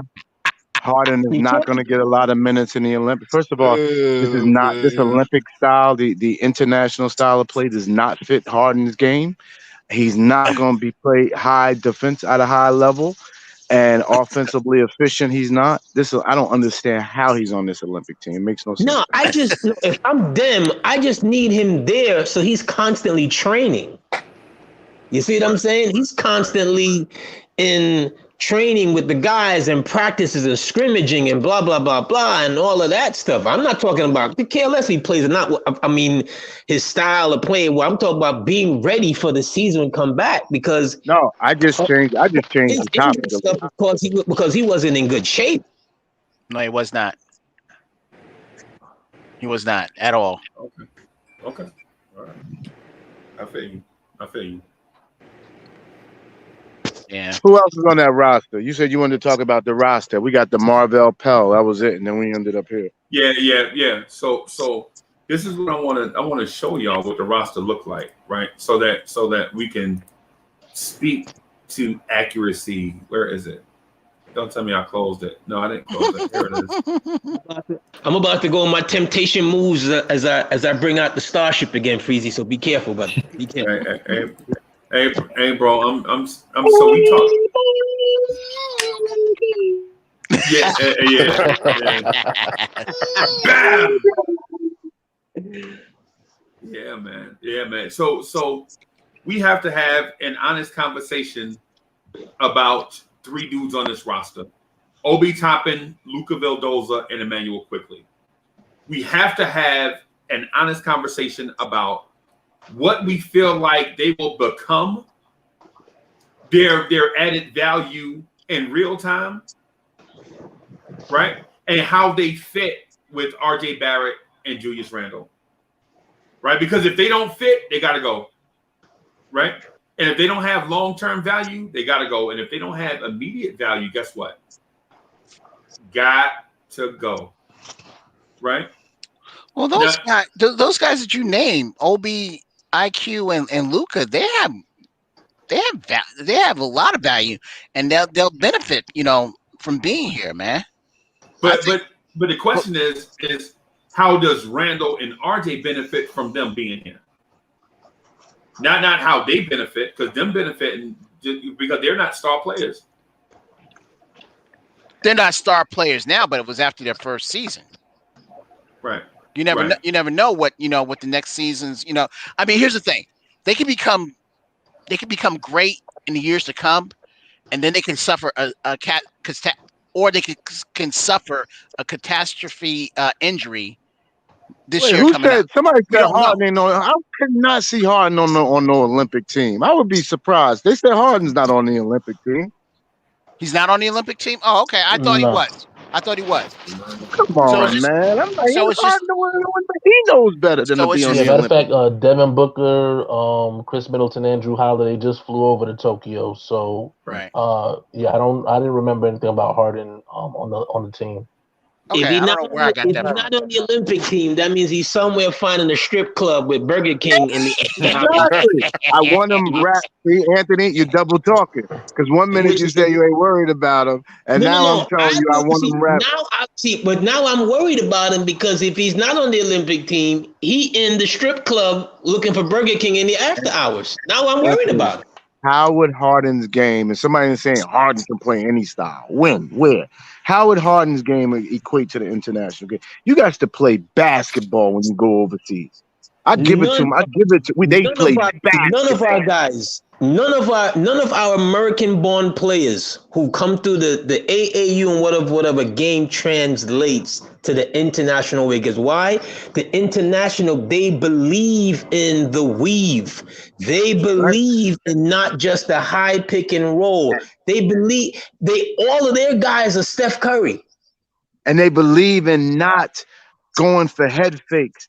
That if you're going to score a layup, you're going to barrel over me to score a layup. You're going to dunk over me. I'm not just going to move out the way and give you a highlight reel. You're going to make a highlight reel with me on your back. And that's why I love the international game. And that's why I want our young players, send our college players to play the international game, get the NBA players out of here because they don't know what to do. They're going to cost us more Olympics going forward as the international game increases. These boys are about to play some basketball the next 2 years. I agree with that. I agree with you. So Uncle Quincy, you gonna trade for Josh Okogie after what he did in with the Nigerian team? Say again, Delano. I'm sorry. I was messing with Freeze. I said, are you gonna trade for Josh Okogie now that you've seen what he did with the Nigerian team? But see, nobody knows who Josh Okogie even is. So I mean, at the end of the day, nobody knows who's the shooting guard from Minnesota. But I feel like Go ahead. I'm sorry. No, I was only making one statement. International game doesn't equate to the American game. To the NBA. They don't. They're night and day.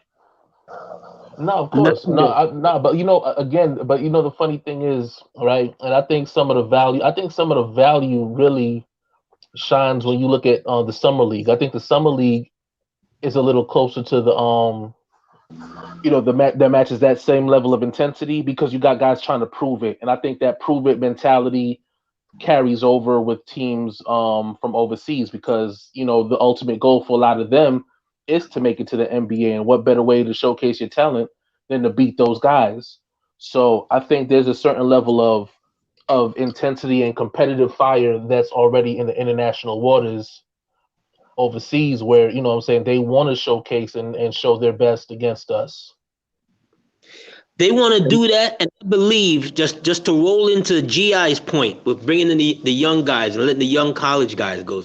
If the young college guys, let's say we did that for the next 3 Olympics, they would get mollywopped for the next 3 Olympics until they came up to speed and they changed the way they played. That would just we would never go back to those days again, because why? We would get embarrassed and we would no longer seem like we are the kings of the NBA of the court. And they don't want to do that. Remember, after 88 with Thompson and him picking an all defensive team, Freezy, your defense, him picking an all defensive team, they got mollywopped. Yeah, with David Robinson in them. I remember that, bro. They got mollywopped. Yeah. David Robinson and all them cats, man. J.R. Reed, Danny Manning. Yeah. J.R. Reed. My God. Remember that. All of these guys, when they saw Sabonis and them boys, he Hercules them. He did Marcelonis and those guys, and they showed them. Oh my God, man! Showed them how to play. Oscar Schmidt, remember Oscar Schmidt? Yeah, Oscar Schmidt from Brazil. Yeah, giving them the business. Giving them the business. America's never gonna go that route again, because it's gonna jeopardize the way how they see themselves in the world of basketball, and they don't want to go back. Right. So what do we say about Quickly and Obi and Vildoza? Do we suggest that they're long-term pieces and that they should be kept, or do we move them to get pieces that accentuate the skills of Julius Randle and RJ Barrett? Those I don't know about. Those I really don't know about, besides what I've seen a little bit of him this summer. But the other two guys, again, you really have to. What are you going to do with Obi going forward? If you're not moving Randall, he's not a center. Are you going to make him a misplaced three? What are you going to do with Obi going forward? It's a hard question. I know we don't want to eat our young, but what are we going to do with him? We're just going to put him on the shelf as extra wallpaper? Right. For now, he's just going to have to be okay with being Randall's backup while he's still trying to develop his game, because even now, his style of play is better suited for the transition as opposed to what Tibbs is running right now, which is a half-court offense. So while he's still trying to establish himself in that, and while we've seen the flashes of it in the second half of the season and in the postseason, he's still kind of raw and still trying to establish himself in that way. The best thing about it right now is that Obi doesn't seem to mind being that player, being that backup player behind Randall. I think we're putting more stock into wanting to see Obi either flourish or to trade him to where, another team can utilize his services more efficiently. But at this point right now, again, wherever he goes to, he's still gonna be unfinished product. You know what I mean? Unless they're gonna, it's a team that plays to his strengths, which is a transitional team. Right. Oh, my bad. Go ahead, Chuck.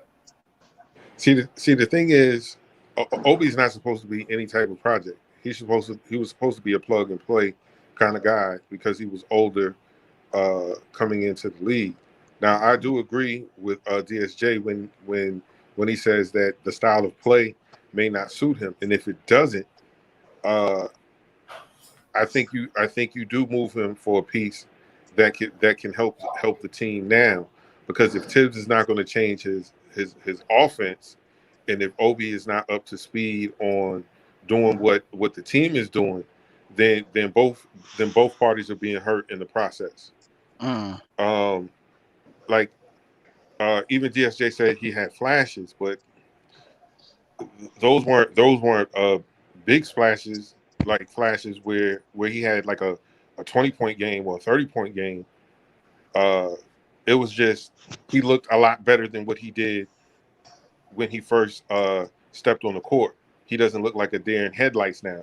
It looks like he's starting to get his legs under him.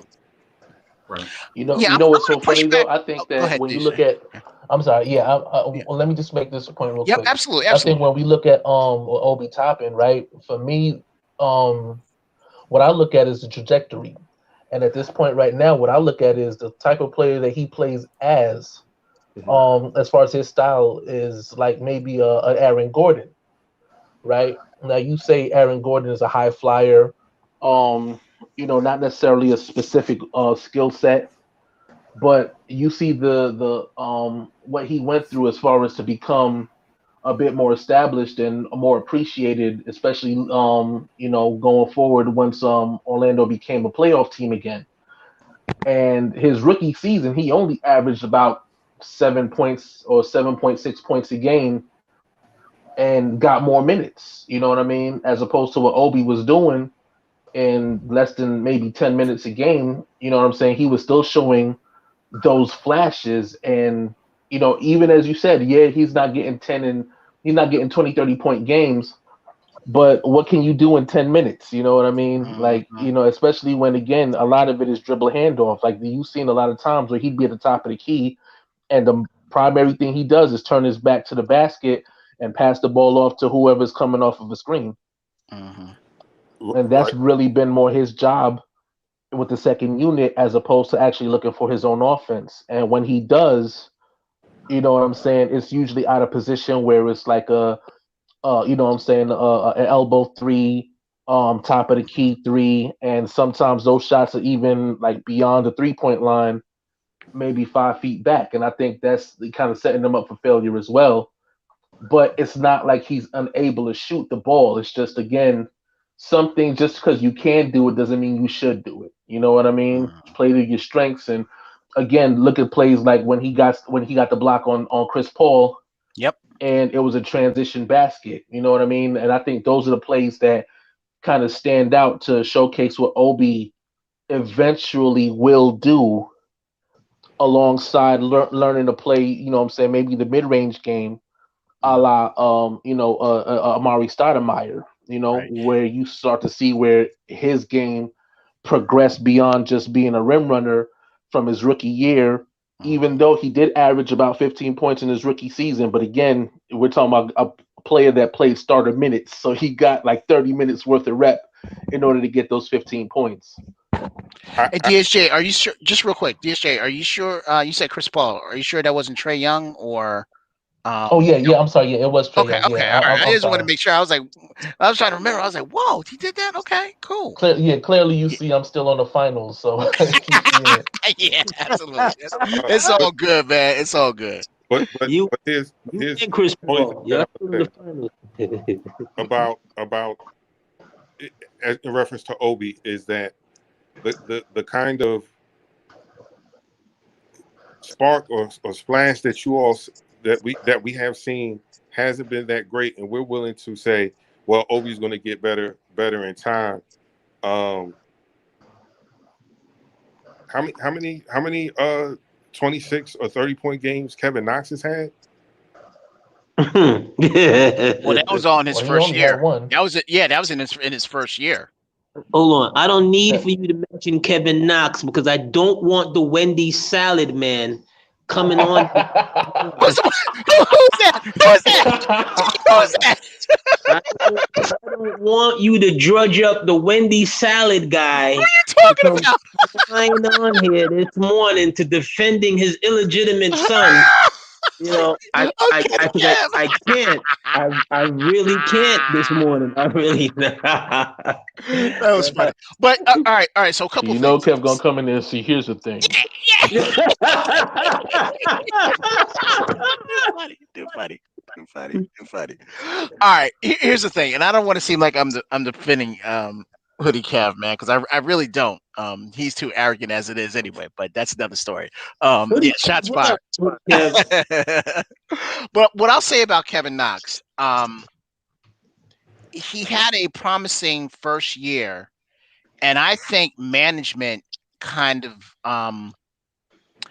let him down a little bit with getting so many power forwards. Like I could understand the Randall situation. I understand that. But then when you get Morris and you get a Bobby Portis, and then you throw Taj, which I'm not complaining about Taj. Taj was great for us.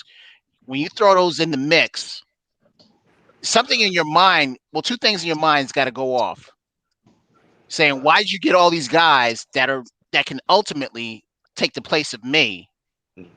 And then the other thinking is, okay, these guys are going to come in. I have to show them that I deserve to be the starter. Mm-hmm. Okay, and unfortunately, that didn't happen, with Knox. And you could blame that, AD, and I agree with you totally about his Knox's mentality, because it speaks to his. Yeah. It's those moves you just mentioned right there. It speaks to a lot of what I'm talking about. His overall oomph, because if I don't believe in selfish ball players, but if you bring in 4 or 5 power forwards, and I'm going into my second year, I'm telling my agent immediately request a trade. You know what? I agree. Yeah. Request the trade. Because this is only my second year. You just drafted me number, was it 8 or 9? What did not show you when I averaged what did he average his first year? With 12 and a half points, 13 points, something like that? Right. What did not show you that would make you bring in 4 power forwards, and for me this would be oh well, I'm okay with that. I'm gonna learn from 4 power forwards that all want time, that all signed a 1-year deal, so they want to prove it for their next deal. I'm gonna sit around here and just take that? No! Obviously, you don't want me. You see what I'm saying? That's like right now, if the Knicks went out and got 3 top flight shooting guards with RJ still on the team, how can you expect for him to grow? What sense does that make? With that. Yeah, I agree. You see what I'm saying? With that. It was peace. It was those things. I'm like, dude, you're not causing a ruckus. Like, you okay with that? I'm not okay with that. As a young guy, it's just it's things in his makeup that just made me look at him. I'm like, no, I don't. No, I don't. I think the problem was that he was a project. Like, they drafted him knowing that he was going to be a project player, and you didn't have anybody that he could learn from or develop from a sustainable level. Where, okay, maybe you got a guy that's been there for 3 years, or is going to be there for 3 years, or got a 2 year 2 years left on his contract that could help kind of develop him along the way. Then you turned around and you got, like, again, guys, just like you said, on the 1-year deal, Mario Hezonja, who plays his position, Lance Thomas, who was on his way out, that played his position. Okay. And these guys either A, are hurt, B, again, selfishly are looking for their next, opportunities. And again, you got a guy that's still a project. Like, he still got to learn from somebody. And the coaching staff really failed him as well. But again, this is why I said the pick should have been the person that I blame for all of that was Steve Mills, because you picked the guy for on a team that was in need of somebody to plug in and play. Right. I agree. You elected, as opposed to maybe getting the red shirt, MPJ, and as we can see what he's doing now with Denver being the third option, or getting a established winner with Mikal Bridges, who won 2 out of 4 championships in Villanova. Right. Yeah. You elected to go with the guy that had the most upside. Yeah. And I think that there was a failure, because at the end of the day, look at the fact that we needed somebody to play alongside Tim Hardaway Jr., because some of his deficiencies was perimeter defense. And some of those things could have been masked with certain players, like maybe even Miles Bridges. Yeah. And the thing that really irks me about that is they picked Knox all because Knox beat him in a on a one-on-one. He had a great workout. He had a great 3-on-3, and all of a sudden I'm like, gee, good God, how can you formate a team by picking a guy because he had a great individual workout? Yeah, like, that's a problem. That's why they're not there. You see, that's why that management is no longer here, because you're not team constructing. You know what I'm saying? You're not. And then after Knox first season, what did we keep hearing? There was inside sources that people wanted Knox for them to not play Knox as much and blah, blah, blah, blah. I'm like, any of these inside sources, whatever, should no longer be on the team. He's my future. I just got him here. What do you mean? On a team that won what? How many games they won that year? 18, 19? On a team that won that little bit of games, you're going to complain about me playing my young guy? I don't need you here anyway. He didn't. You see what I'm saying? It was like it just total steamroll from all sides. He didn't want it. They didn't want him. And everybody was complacent with it. And then they snuck in 9 new guys without even showing them to us, introducing them to us, because they were so ashamed with what they did, with what they got because of what they didn't get. I agree. Facts. That's facts. I with our guys, I think we still have to be patient with some of them, because in all honesty, this is the 4th year that Calipari told us about. He said it would take 3 to 4 years to find out what the kid will actually be.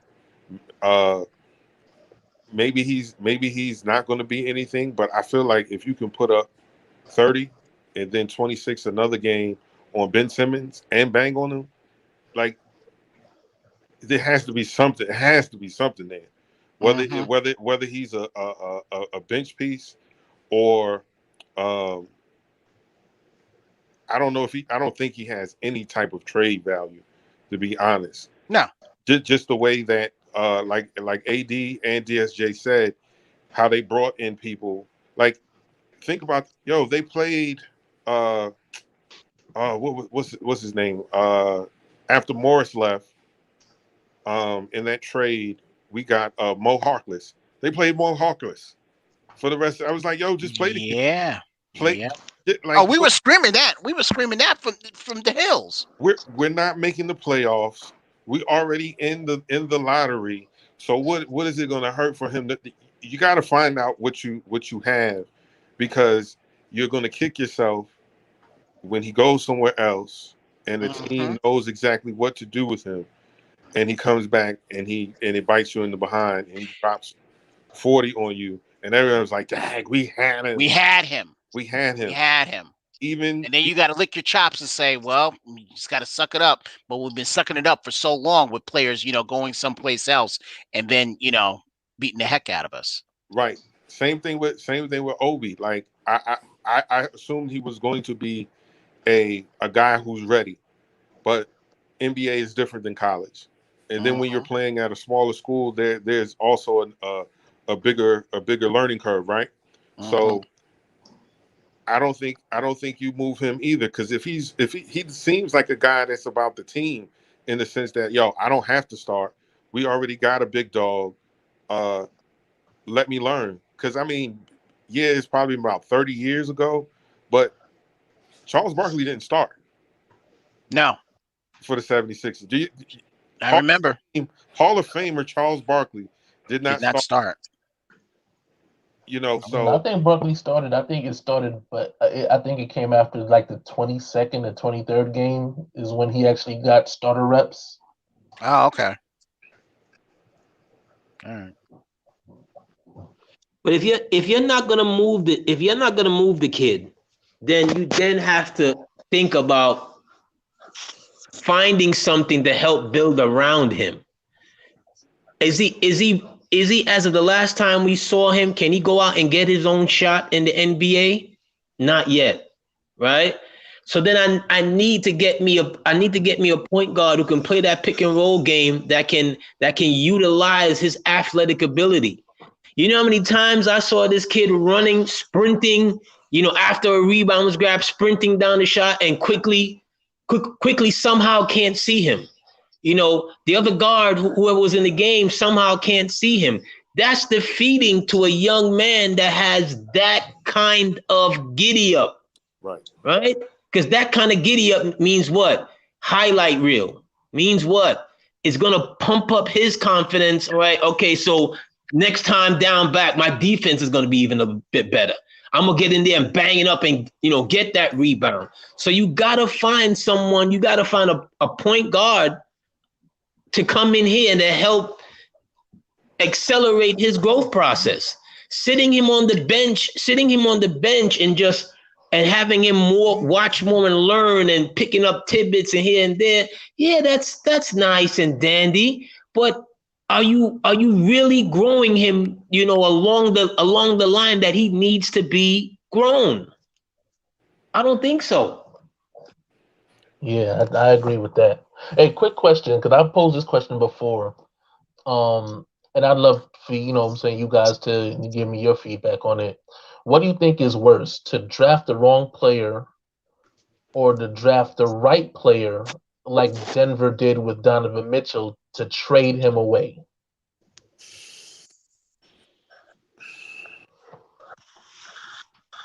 Yeah, that's a tough question there.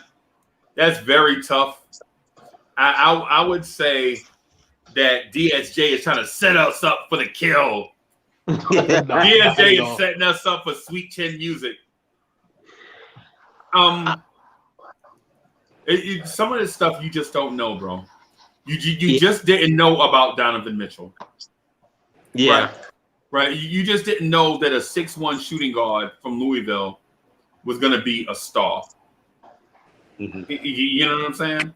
Even if he was listed at 6'5", whatever he was, it listed at Louisville. Yeah, he was listed at 6'3". Yeah, I used to laugh because that's why everybody said he was Russell Westbrook with a jump shot. Right. But you just didn't know he was going to be a star like that, right? But I was just to speak to, the OG is in the building. OG, I can't see your camera. I'm in the dark in the room. What's good, OG? What's good in the neighborhood? Hey, let me. I got you and AD on at the same time. I want to ask y'all. Hey, can you? AD, Rob the Nick. Can y'all? Don't start none. Won't be none, Rob. Don't start none. Be none. Right. Let me ask y'all this real quick. Can y'all do the old timers thing that I talked to y'all about? Not old timers, but the thing that I talked to y'all about. Can y'all? Will y'all be able to do that? Yeah. Yeah, I can. Dude, I was born in 1993. Why am I an old timer? Like, can you stop? Yeah, I feel you. I was there in 93. Yeah, I was there. Whatever. Absolutely, and I couldn't think of anybody better to do it with than Rob. Absolutely. Yeah, when do y'all want to do it? When can y'all do it? Shoot. How's what Sunday night? What Sunday? Whenever. Yeah, Sunday. Good day. When can you put it together? Yeah, let's do it. Can you? Hey, how about Saturday? This Saturday kind of hard. Okay. All right. Hey, you know what? How about I'll just text y'all. How about that? We just figure something out. Okay. So I just wanted to touch on the Kevin Knox thing. I heard what y'all was talking about Knox, but I was eating this keto breakfast, and I'm trying to get ketogenic. You know what I'm saying? But the Knox thing, I don't think Kevin Knox's grave has been dug. Right? I don't think the Knicks have dug Kevin Knox's grave. I think what Kevin Knox is right now is at the very edge of becoming all or nothing, right? But we don't know which result we're going to get, right?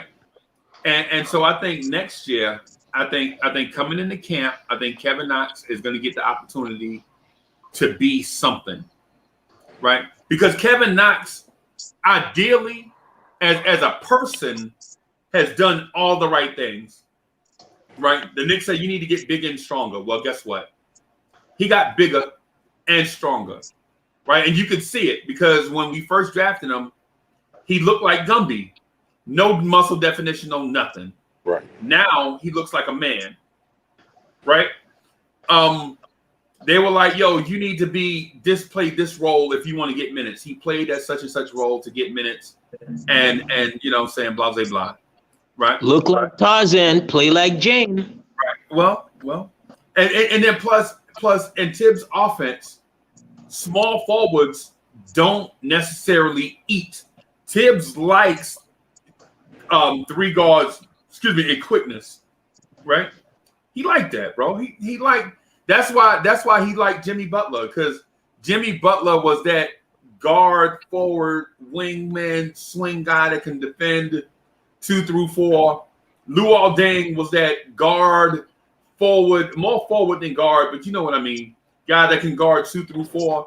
Kevin Knox is a 3/4, right? He don't have the foot speed to guard 2s. We know that, right? So he's not an immediate fit for Tibbs's offense and defensive schemes. Now, with that said, I think it's important for Tibbs to be able to adjust to the roster that he has, right? Don't go out and get, in my opinion, this is my opinion, don't go out and get a Kelly Oubre for $20 million a year. You know what I'm saying? We gonna give him 4 years, $20 million, when you have a Kevin Knox that can shoot the 3 better, right? Be better on offense. And while Kelly Oubre is a better defender, I don't know if Kelly Oubre is that much more of a better athlete than Kevin Knox.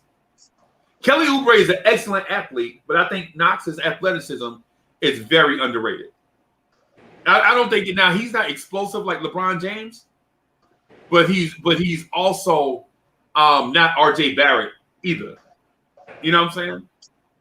I think the kid needs a chance to play. I think what Tibbs did this year was sit him and was like, yo, you have had 2 years of terrible coaching. We're going to strip all that down and reboot you and build you up in the image that I want you to play like. So take this year as that, and then next year come out bigger, stronger, faster. Be Steve Austin. You know, you always trying to save these. Fill in the blank. You always trying to save them. Let me ask you something. Right? Let me ask you something. What if the Knicks draft a young small forward this year? What does that say about Knox? That mean Kevin Knox ain't the guy. Or, and I'm gonna use your example, right? Or he may be a Julius Randle type, right? Because let me finish, because I know where you want to go. Because you said, what if they draft a guy that plays the same position as a guy that you already have? Right? That's what you said, right? And so we did that already with a guy named Julius Randle. We drafted an NBA-ready guy to basically take his spot, right?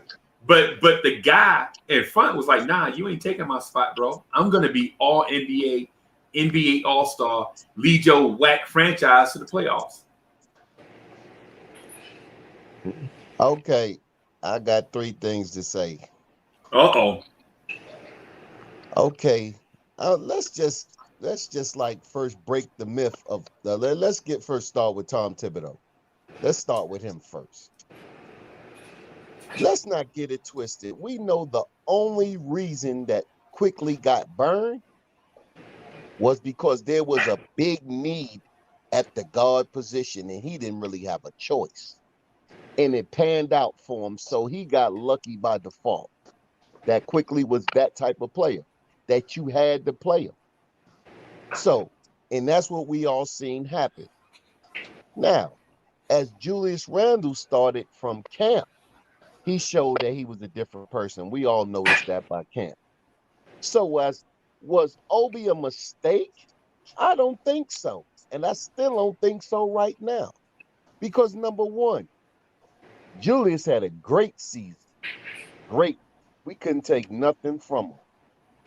But Could we say if the crowd was there that Julius would have had the same season with people screaming they wanted to see Obi based on Julius' position from last year, from his play from last year? The crowd could have changed a whole lot of things. Now, the next thing for Julius is this here. Do we know for sure he can play in front of a crowd? He got the benefit of an empty arena on both sides. Empty arenas build confidence. It's like you pretty much in practice. So really, was Obi NBA ready? Yes. Did Obi get NBA time? No. So we can't sit here and say that the man wasn't NBA ready based on 11 minutes a game. We have no clue. So let's stop acting like we do. We seen him getting better and better. Was it because of Thibodeau, or was it because his confidence started growing as the season went on? I take the latter. His confidence started growing. Do we know for a fact that Obi can't put the ball on the floor at a high level? No, because he wasn't asked to do it. And that anybody who played basketball knows this. If a coach is giving you orders not to do a certain thing and you do it, you're going to do it hesitantly. So we have a lot of we don't know. We don't know. What Knox thing is, Tyler Perry did say 3-4 years. Okay, this is the fourth year, but we're basing it on the second year, the third year, but we forgot what the task was. 4 years. So let the 4 years rock out. Can you get value for Knox right now? Yes, you can. You got value for DSJ. You got a second round pick, and you got Rose. So what they say, beauty is in the eyes of the beholder. Let's not be so fast to judge. Let this thing play out. Let it play out. Thibodeau, he got a break. Julius got a break. Obi didn't. Quickly did. Now, we won the 44 games. We won the 41 games. Now, was we really a 41-win team? When you look at it, I can go back, okay, we played Atlanta 3 times. They was hurt all 3 times. They showed us that in the playoffs. We played Charlotte. They beat us when they had Alonzo Ball. We played them 2 times. We lost 2 of those. Washington was on COVID protocol the whole year. Will we have swept them? Come on now, let's be real about it. Then Thibodeau wouldn't be in the light that he is in now. We took advantage of every situation. We played the Lakers without LeBron. Okay, is that a definite win? Come on now, let's be real about it. We could have easily been a 35-win team, 34, 33-win team, but we caught the breaks when we needed to. Now we're judging players like we was really all that. Come on now, fellas, let's be real with our Knick fandom hood. Nah, bro. We had a great season. Rob, come on, bro. You got to give us some credit. I am giving us credit, but I'm not giving credit when we played teams when they didn't have all their people. Let's look at that too. Right, but Rob, I understand what you're saying. But teams caught us, and we didn't have a point guard. We didn't have decent point guard play all year, and we didn't have decent center play all year. And we still won 41 games. We never had the player on the team. They was missing players. We didn't have the talent point guard. But for somebody to be out on COVID protocol or whatever the injury is, that guy's still signed to a contract. We will see him next year with that same team. We got a chance to get better. Glad we didn't have a point guard on the team no matter what. Yep. No. I agree with what you're saying, but just like we caught them teams shorthanded on that specific night, like you mentioned, we were fortunate, right? But at the same time, we were going in without. There were nights when on offense we had to depend on Reggie Bullock, Elfrid Payton, and Nerlens Noel. We had to depend on their offense, right? that's not the group that you want to depend on for offense, bro. You know what I'm saying? But that's all we had. Right, that's all we had. So just like those teams are missing a guy, we were undermanned also.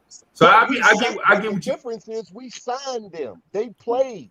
We knew that going into the season, even though they played above their head. But to have somebody on the team that you like straight up, we playing them with Reggie Bullock and them, and they playing their full roster. Hey, what's that gonna look like? Right, right, and I understand where you're coming from. That's all I'm saying. And the burden was more on Julius Randle than what should have been. That's why when we look at Julius Randle's season, you have to say it's one of the best seasons you've seen from a New York Knick, because he went out on a nightly basis, undermanned every night. And he took this team, helped take this team to the playoffs and put up halfway decent numbers. And then the fact that we got embarrassed in the playoffs is not an indictment on Julius Randle. It's an indictment on the roster. No doubt. I agree 100%. Right. And you got to also look at it like this here. Playing in an empty building versus playing versus fans is something different. Now, look, Julius had a hell of a season. I commend him on this season. But there's certain things I want to see with Julius that's not even basketball related. And it's like his attitude on the court towards his players. Can Julius handle being a number 2 when he thinks he's a number 1? It's things that you need to look at, giving this man this money that you know that we didn't see. How will he handle that crowd? Because like I said, coming into the year, we all know everybody was ready to see Obi. He benefited from an empty arena. Would you agree to that? Yes. Okay, so now that the tables have turned and he had a bad playoff, he might not get that love coming into this season that he thought, even though they seen Obi getting better. I'm just putting it out there. I know he had a hell of a season. I'm not taking none of that from him. But if Obi is not traded, the fans are going to demand to see him. He got a Jordan sneaker contract playing the way that he played. So obviously around the league, people see something. You don't get no sneaker contract just because you in New York. Knox don't. Look, you know what I'm saying? A lot of people on that team don't have that. And he got branded by Jordan. Jordan brand, bro. Yes. You know, so something they're looking at with Obi that is not being right now unlocked by Tibbs. Tibbs went with the easy win is to play Randle over Obi. That's the easy win, just because of his history, his years in the league, and everything. But if you're going to be judged on development and all of that, this is all still part of your staff. You just can't just tuck your tail and run now, because you have to develop somebody. Right. And then I think it'd be a stain on the Knicks if you get rid of Obi after his first year. I don't care when you drafted him. You live with that and you develop that. It's no reason that Obi can't back up Randle. If that's the case, you can give. Who's to say that Randle got to play 48 minutes a game? 30 minutes a game. 30 minutes a game is good for Randle, and Obi can eat the 18. Right. That's a whole game. Right. So Rob, so this is what I'm gonna say about Obi, right? I think in Obi, what we should be looking at is less of a Obi is gonna be Amari Stoudemire, and more of a Obi can be our Robert Horry type. Right. And I know people are gonna be like, man, Robert Horry wasn't blah blah blah. But Robert Horry covered up a lot of ugliness on championship teams, bro. Robert Horry won championships with the Spurs, the Rockets, and the Lakers, right? Yes. And you get a Robert Horry for a reason, because at 6'10" and athletic, you could do a lot of things. And Robert Horry had a nickname, right? And y'all remember what Robert Horry's nickname was? It's a Big Shot Rob. But And so what I'm telling you is this: if Obi Toppin's 3 starts falling, it's over for the rest of the league. Because you can't face guard an elite athlete because he's gonna go by you, and you can't give him space to shoot because he can shoot the three. To me, that's all Obi needs is the three to start falling. Once that three starts falling at a above average clip, and it's coming. Because the shot form is immaculate. The shot form is perfect from Obi, right? It's the confidence that's not there, right? And you see, guys, once guys get the confidence to take that shot in game when the shot form is perfect, it's raps. They'll take that shot from anywhere, right? And so when you look at Obi's shot, you're like, his shot looks better than Quickly, right? His shot looks better than Quickly's shot, even though Quickly, is a shooter. You know what I'm saying? But Knox shot looked better than all of them. Right. And Knox shot 38% from three. Right? Knox shot 38%. The Knicks overall shot 39.2%. I'll pump the brakes on the Horry thing because you got three phases of Horry. The Houston Rocket Horry is not the Laker and the Spurs Horry. Right. Yeah. He was a younger Horry. He did more things. Right. I just say right now, let's see before we put him into a category. Let's see what Obi can be by himself. Let's see what Obi can be.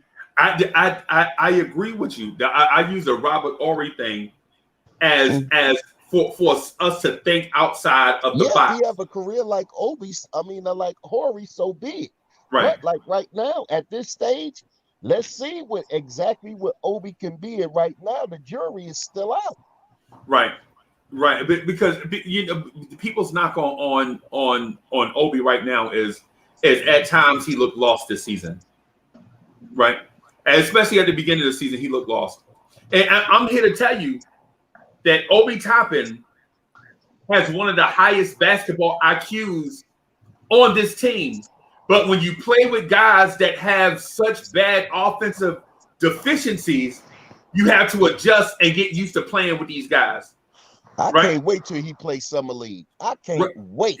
Bro, I'm telling you, man, listen. Obi played at Dayton in Anthony Grant's offense, right? When you watch Dayton play, Dayton played in an offense that is right now is light years ahead of teams like Kentucky, Duke, North Carolina, Connecticut, and all these other teams. Played the pro offense. Right, the European pro style. Where man, listen, when Obi get on the floor with higher IQ players, you are gonna see the best of Obi Toppin. But when you don't have guys with Obi that can dribble, pass, and shoot, it limits Obi. Like my main thing is this: when Obi set a screen and rolled to the basket, Kevin Knox is in the dunker spot, and you like, Knox, what are you doing in the dunker spot when you not a dunker? Yeah. Yo, how stupid is that? Kevin Knox, you a spot up 3-point shooter. Why are you not spotting up for three? Man. But listen, man. Y'all got to let me have my rant, bro.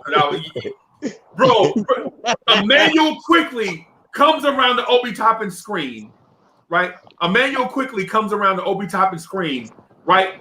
And Quickly is like, I should be throwing this lob to Obi, right? I should be throwing this lob to Obi, right? But then you have Nerlens Noel in front of the rim. Nerlens on the pick of Nerlens. Why are you not on the other side, attracting your man away from the rim? Why did you bring yourself and your man to the front of the rim? Now Obi don't even have a launch pad to catch a lob. And Kevin Knox is in the dunker spot. And now everybody was like, well, Obi looked lost. It's not even Obi. It's not even Quickly. Y'all like, well, Quickly just throw up the floater when he turned the corner. What other choices Quickly have when you have 3 Knicks and 3 defenders right there in the paint? Nobody is spreading the floor out on the wings to either catch and shoot for 3 or cut to the basket back door. And we like, yo, all Quickly want to do is turn the corner and throw up the floater. And Obi out here looking lost.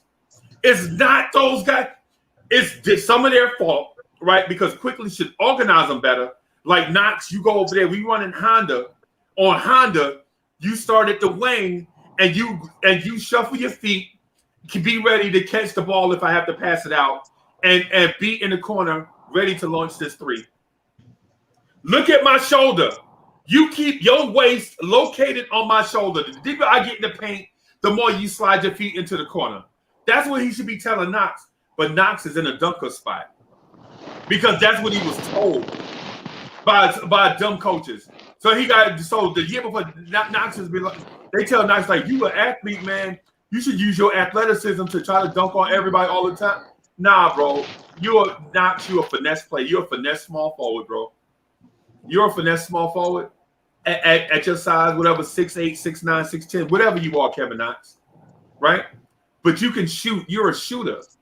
You know what I'm saying? You're a sniper. Get in your sniper position. Get in your nest, right? And we say all this stuff about Obi. Well, Obi looked lost. Of course he looked lost because he was taught one thing by Anthony Grant. Like this is how you space the floor, Obi. Right? You're a dunker. The only way you're gonna get dunks is if you have wide open lanes. He gets taught this thing, right? And then he comes to the Knicks. And the things he had taught, we running something different because we have limited skill players. Right? We have limited offensive skill players. They're great on defense, but offensively, they limited. Reggie Bullock is not putting the ball on the floor. Nerlens Noel is not putting the ball on the floor, and he's not a jump shooter. Taj Gibson is not putting the ball on the floor, and he's not a jump shooter. Right? And when you combine that with Obi Toppin, now it looks as if Obi Toppin is the problem. Obi is not the problem, and Quickly is not the problem. We have to upgrade our talent. That's what it is. People are like, yo, how could Obi look good dunking on when Obi has lanes? He gonna dunk on somebody. If Obi gets space, Obi is gonna yam. That's what he gonna do, right? Yammers yam. That's what they do. Robert Paul, thank you for the super chatter platter. Robert Paul says, "Bim." I'm sorry about. Hey man, I'm sorry about that, man. I ain't mean to go on the thing, but it frustrates me, man, that people criticize Obi like Obi dumb or something, like he don't understand basketball. Yeah, come on, bro. It's the same problem Julius Randle faced. Obi Toppin faced it. We don't have floor spacing and guys that are offensive playmakers. So every time they touch the ball or look to make an offensive move, it's 9 cats all in the way. The same thing with RJ Barrett. People like RJ Barrett can't finish at the basket. It's because there's 7 people down there when he get there. I mean, come on, bro. We got that, man. Let me go check on this popcorn. I'll be back. Yo, and to add to the fact, when I used to watch some of the clips of Obi and Dayton, and he used to do those handoffs at the top of the key, and he would roll to the basket with a head of steam, it'd be pretty hard to stop him because he's athletic and he can like maneuver his body. He can twerk his body and make layups. And, he has hops, so he can pretty much jump as high as anybody can jump as well. So, I mean, I didn't catch everything Freezy said, but, I mean, there is some things that can be done to make Obi's life better and make him look like a better player. Same thing with Randall. Same thing with RJ. It just looks the way it looks because we just don't have all the pieces yet. I agree with that too. I agree with that point. I was going to say to a certain extent, but no, you're absolutely right. We didn't have enough competent offensive players last year, particularly, Reggie Bullock. It's no way Trae Young is on you and you don't take him to the basket. But the thing is, Reggie Bullock can't put the ball on the floor. He could shoot because Lord knows he was killing us before we got him. So I think if we do upgrade this roster, add a legit starting point guard, Delano. Delano, wake up, bro. No, I'm here. I'm with my son right now. I hear the snoring. Everybody's saying who's asleep. No, I'm actually doing a little bit of work. I'm listening to them, but I'm doing a little bit of work.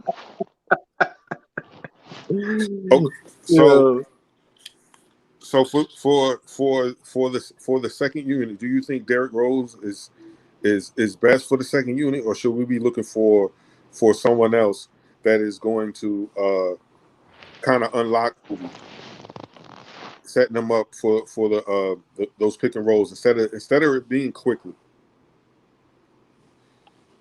Rose was obviously perfect compliment. So I I'm think sorry. that Go ahead, bro.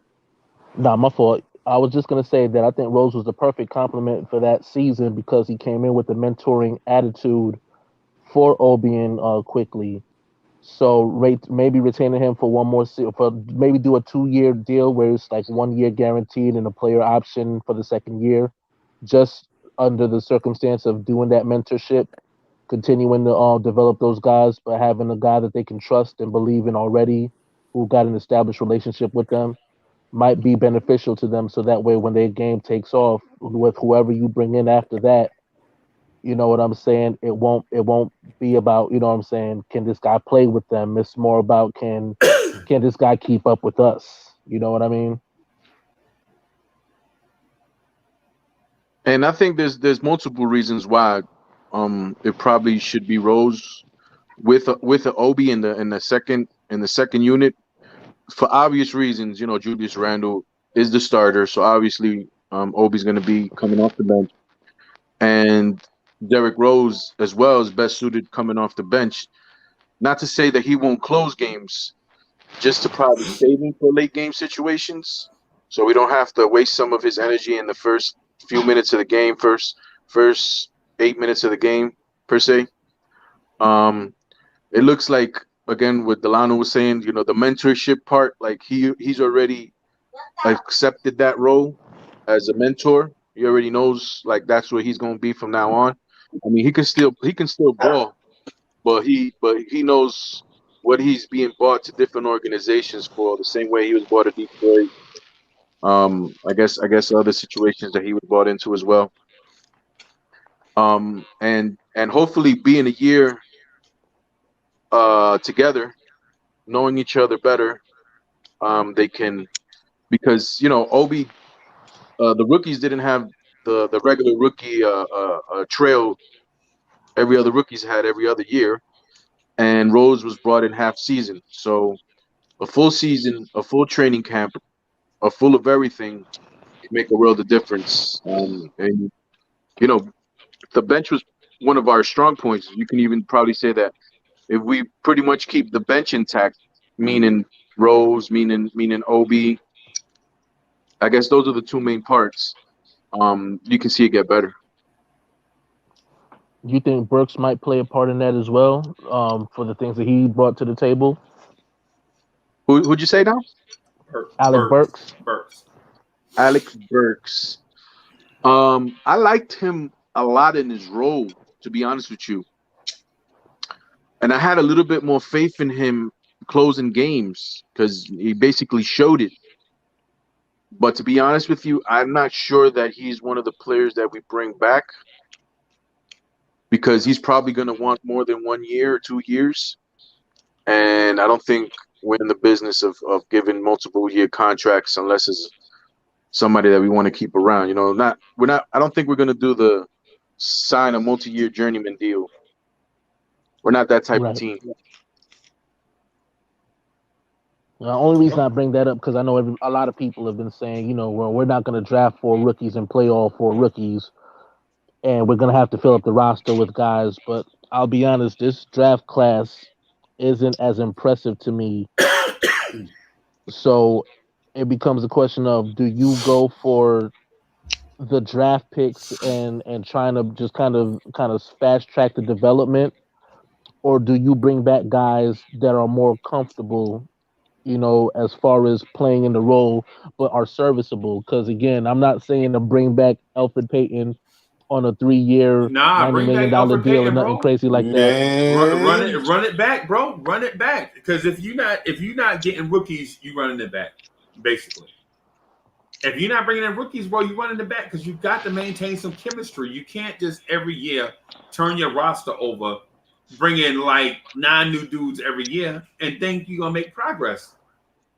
Right, but again, like I said before, you want to establish with the right guys. You don't want to just bring in the same people just because they were there. Like, and that's why I keep bringing up Elfrid Payton, because the body language and Jay Boogie attests to this all the time. Being at the live games, looking at how disjointed he was with the rest of the roster, right? And how that the message that sends to the rest of the roster, like, this guy doesn't even want to be here. So why do I? Again, just because you're comfortable, you know what I mean. Just because you know your role doesn't mean that you should be brought back. Reggie Bullock is great for what he did in the regular season, but I'm kind of looking at, let's upgrade from him. You know what I mean? I want to kind of get the guy in the draft to replace him. But I also see that we need value from the vet position. Alec Burks, for all intents and purposes, outside of the injuries, was able to do everything that we needed him to do. You know what I'm saying? For us level of success. Whether it was, being able to knock down the big shots or setting up guys, you know what I'm saying, for the right play. I think that was kind of invaluable. The same way I look at Nerlens Noel's interior defense and rim protection was invaluable. So I wouldn't mind bringing him back if the deal was right. You know what I mean? Because I don't want to overpay for guys either. You talking about Elfrid Payton? Nerlens Noel and Alec Burks. Oh, okay. Nah, man, bring them all back. If that's the case, man, just use your cap space to bring them all back so we can have continuity. I kind of disagree. I kind of disagree with your take on the draft. I think this draft is actually very, very loaded, very confident. I think that we're going to be able to draft players at the positions that we have, pay them less money than the players that we paid last year, and probably get around the same productivity. Not to say that's going to be mirroring the productivity that was there, and you obviously can't buy experience, but just the energy and just the specialty of each player is gonna. There's a lot of value there, right? And you have them on contract for longer. You have them for 4 years. Right. It's rookie deals. You can buy experience. You can't 19 teach and experience. 21, we're talking about $1 million something a year, right? They're not that expensive, maybe $2 million, right? I mean, quickly is getting paid around that mark. So if we can get off the draft with somebody like a Trey Man and have to, let's say we don't sign anybody and have to sign him, I think he's comparable to what a Bullock can do. Just obviously the experience part, and he's going to have to grow. There's going to be some growing pains, but in the long run, it's head and above shoulders what Bullock can give us, right? Hey, and Bullock is going to be more expensive. Right. Eddie C, let me ask you this. Would you rather have Trey Murphy or Reggie Bullock? For the future, for the now and the future, I would probably go Trey.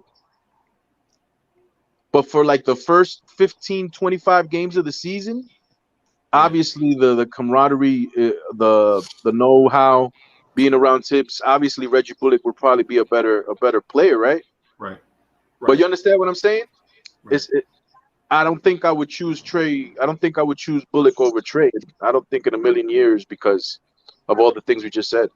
Right. But Reggie Bullock has been here for 2 full seasons, right? So he knows he's been here during the bad times and the good times, right? So Reggie Bullock can say to himself, he helped turn a franchise around, right? And you want some of that on your roster. Like, bro, I was here when it's bad, and I was here when it's been good, and I'm here to tell you, when you put that work in, we can make it be good all the time, right? My preference is this: Bullock and Trey Murphy. Oh yeah, for sure. That is my preference. Bring back Bullock and Trey Murphy. Let Bullock start until Trey Murphy is ready. And then once Trey Murphy is ready, then Bullock could be his backup. That was going to be my point. That was going to be my point exactly. It happens millions of times in the NBA where you get a rookie and he sits behind a vet for the first half of the season, and then his talent just overtakes him where he just needs to be started at one point, and the veteran needs to step aside for the betterment of the team. So it's a story that's been told millions and millions of times, and ain't gonna stop. Right. So Rob, what do you think? What do you think? Would you want Bullock or the young player, or Trey Murphy? Well, you know me, I'm pretty much built on the young players, and that's going around the board. I feel as though, that's the future. And that's what so much, because all of this cap saving and all of this in flexibility, that's good for about 2 or 3. That's good for about 1 or 2 seasons. Right. Sooner or later, you have to put an NBA roster together and leave it together. You can't keep on playing this flip game, holding this and waiting for these players, because these players are getting old and they're getting hurt year by year. So more expensive. So what are you really holding on to? This guy's got an MTL tear, and people are still waiting for him. You gotta move on from certain type of things. You just can't be hanging around for waiting for the sky to fall or the flowers to grow. Right. Sometimes you got to go buy some flowers someplace else. Right. And that's what the Knicks are into right now. They need to cap flexibility. You make that for one player, and then you move on with your team. So whatever they do this year right here after the summer, I'm hoping that they have a team in place that we can say these are New York Knicks for 2-3 years. If you have to make a move the players. It's other ways to acquire a star. Sometimes you can acquire it with money. Sometimes you can acquire it with moving players. But you got to have some good players. So acquire some good players and move on. Because I'm looking at a situation like here, and it may shock everybody. But say Obi shows out in Summer League, like just the most dominant, everything. That's a bargaining chip going into the season with Julius, even though you had the season that you had. This boy is up and coming, you where you're at. So instead of this $200 million, maybe I can flip you like the Warriors be doing pieces. And then you get a draft pick. You already got you a nice player that you can see growth in. It's other ways to do. You just can't permanently put him in right now without seeing what this other guy can do. So you might be getting your all-star based on what these young players are doing, not what Julius is doing. Because the whole plan was to put together the young players. And you're seeing promise in some of them. So now you might be in a situation that, you at the fork. The New York Knicks are at the fork in the road. Because it's going to either go the way Randall is going or the way the young cats are going. The younger cats, even though he's young, but the way the younger cats are going. So if it's going the way the younger cats are going, maybe you would want to sprinkle a veteran here and there. This is the last draft class right now that we can look forward to say, okay, this is where we're positioning our team to be. So hey, Rob, hey, dig into that. Dig into what you mean by that. I mean, just like this here. It's obvious the Knicks are not going to be hanging around in the lottery after this year. Or they're going to be in the late 20s going forward from probably 20 on up with one pick. So therefore, your team is formulating right there in front of your face. Right. So the only thing that you're going to be able to add then is trades and better players. Right. And the things that you're making right now, the players that we're making right now. So if this team that they put together so much is so good, this development team, I have yet to see it because, number one, I don't feel as though they developed quickly. Quickly came in with the trigger. Right. Well, as far as Obi is concerned, his confidence grew late. I haven't seen anything that I can honestly put on the development of what these guys so quote unquote doing with these players. Knox was under the system. We still see where he at. So if we're giving all of these props to these development people, why are we always trying to? Why is always in the books that we're trying to trade somebody in year one? Right. That doesn't make sense to me. So therefore, to me, I look at it like it's not the Knicks talking, it's the media talking about what we should do. And until I hear something from the Knicks, I'm taking that we're keeping our rookies and we're moving forward. I agree. And that all the rest of that is just sack rap. I agree Yeah, 100. so I mean, too. I agree 100% with what you're saying.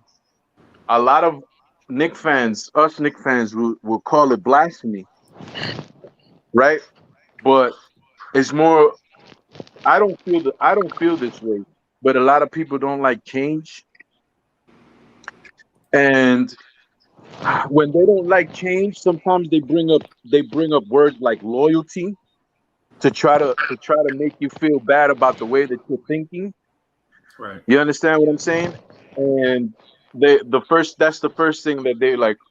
Oh, you have no loyalty. Loyalty to what? This ex player did this and this and this and this for us, and you're gonna just trade him, or you're gonna just let him go. You're gonna have a black eye towards the league because nobody in the league is gonna trust you. All of these things. This is what everybody says, right? I'm not of that thinking because I agree with you. I like the young players. Maybe the part that I don't agree with much is development.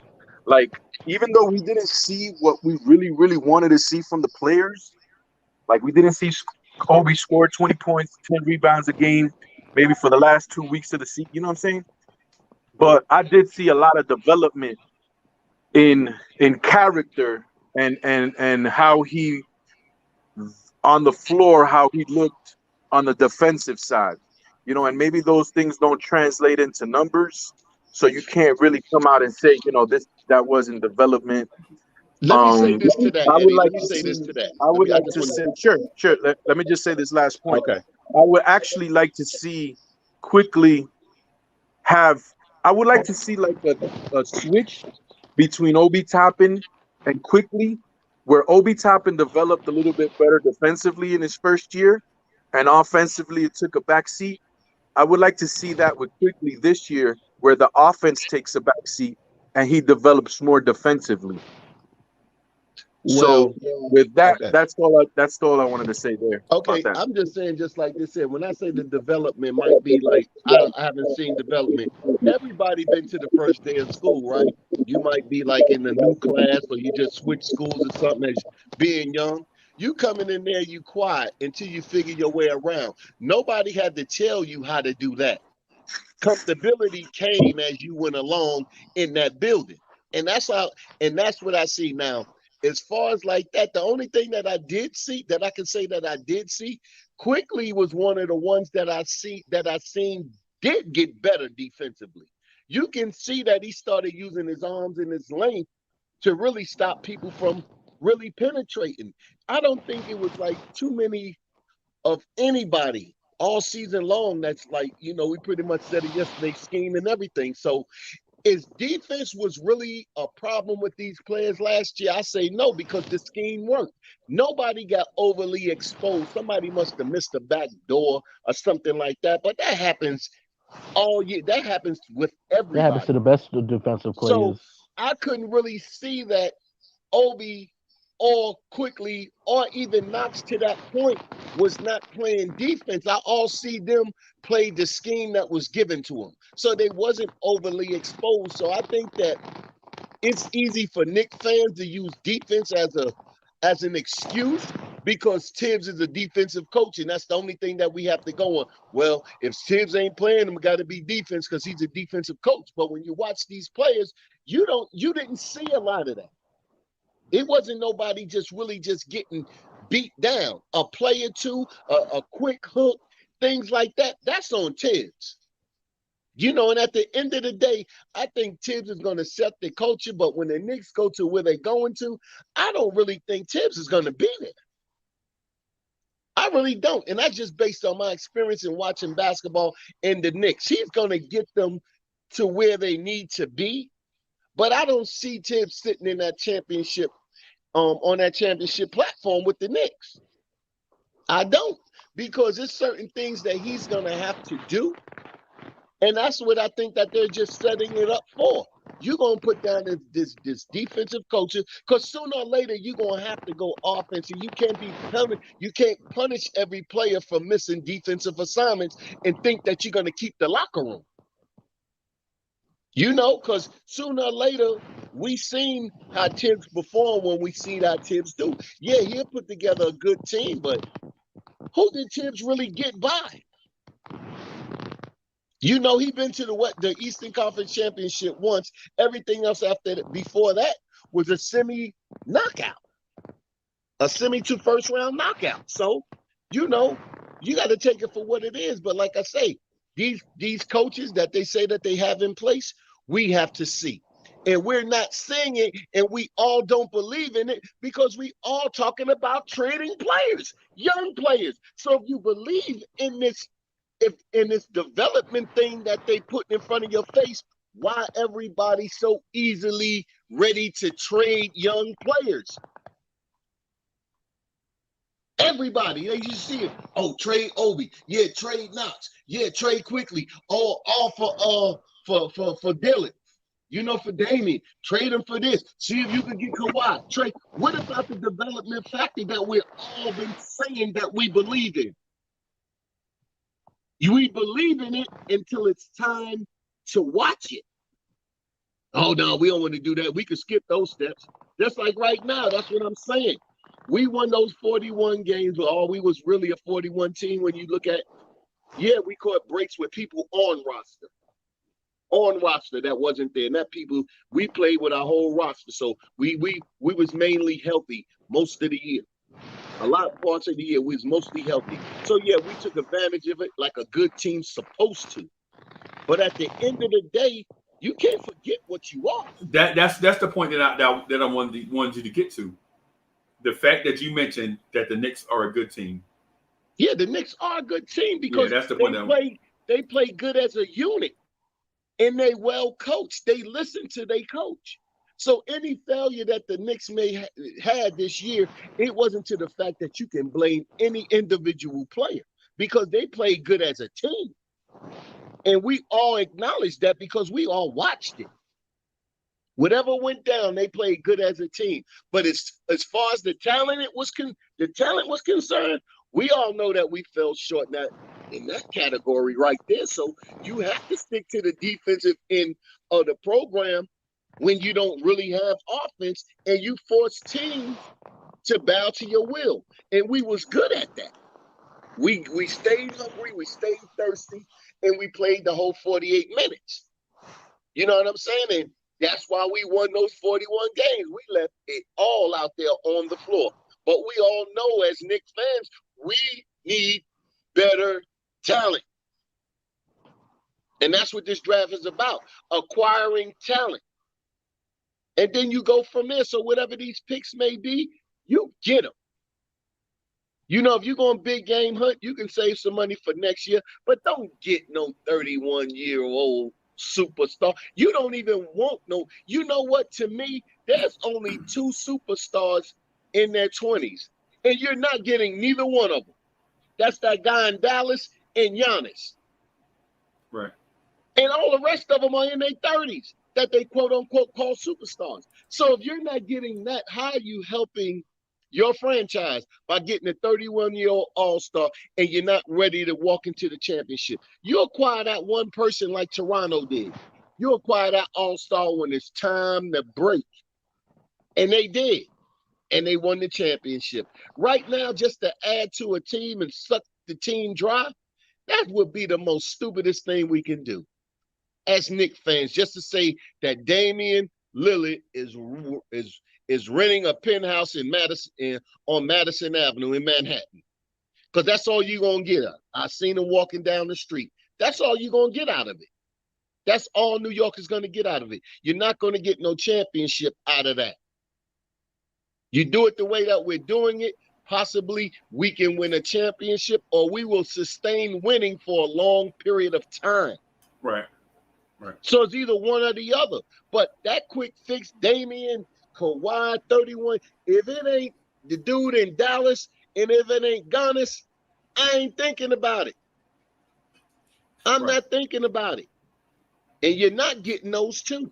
Everybody else going to be making $46 million. They're going to hurt your cap, and you're not going to win a thing. Right.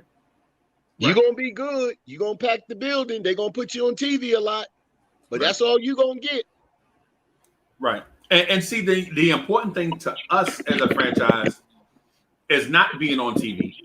That's not what we want. When I ask Knicks fans, what's the most important thing, being relevant or winning championships? Right. Just pick one or the other. Knicks fans are like winning championships. So being relevant ain't important no more. You don't need to start. Like, I don't need to see a cat from our team score 70 against the Lakers on Christmas Day. That's not relevant. Right. That's a good game. Right. What I want is to see the team holding the Larry O'Brien trophy at the end of the playoffs. I don't care nothing about the Carmelo moments. Oh, he scored 62 in the Garden. I don't care. What I care about is seeing RJ Barrett wearing the NBA Champions t-shirt with ski goggles on, popping champagne. That's what I care about. You're not going to do that you ain't going to see that with Damian Lillard or Kawhi. Right.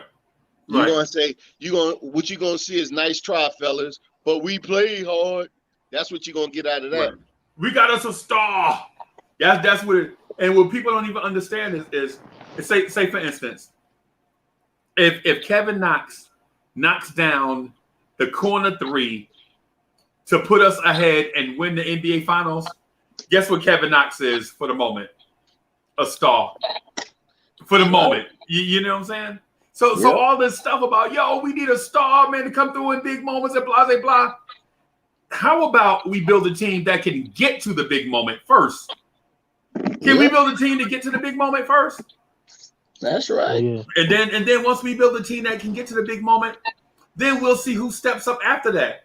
But don't think a random guy is going to drag you to the big moment. It don't happen. He couldn't do it for his own franchise.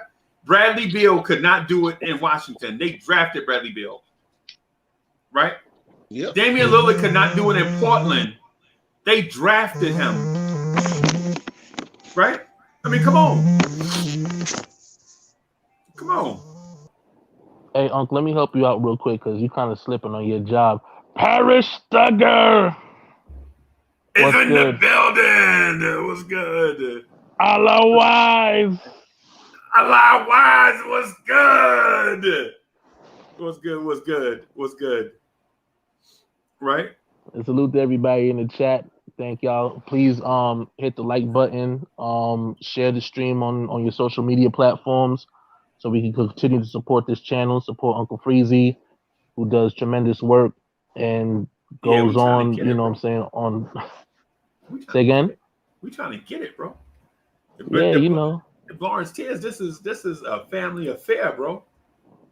This is a family affair, bro. But hey, listen, I gotta wrap up right here. It's Friday afternoon, midday. I gotta go do some stuff. I'll be back on for the Knicks at Night podcast tonight.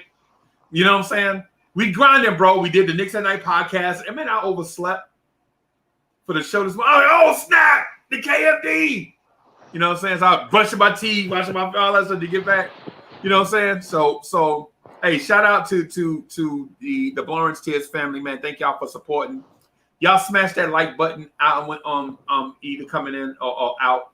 I was talking to G-Man for Life. We were like, yo, what's going on with the like conversion? Like people legit like us. They enjoy us. Blowing up our DMs, reaching out to us on social media, all that stuff. But it's a thing with the like button. I don't know. We got to take the cover off the like button so people can see it. You know what I'm saying? If you see a like button, beat it up. You know what I'm saying? And on that note, I got one last thing to say to y'all. The Knicks at Night podcast be on tonight at 10 o'clock.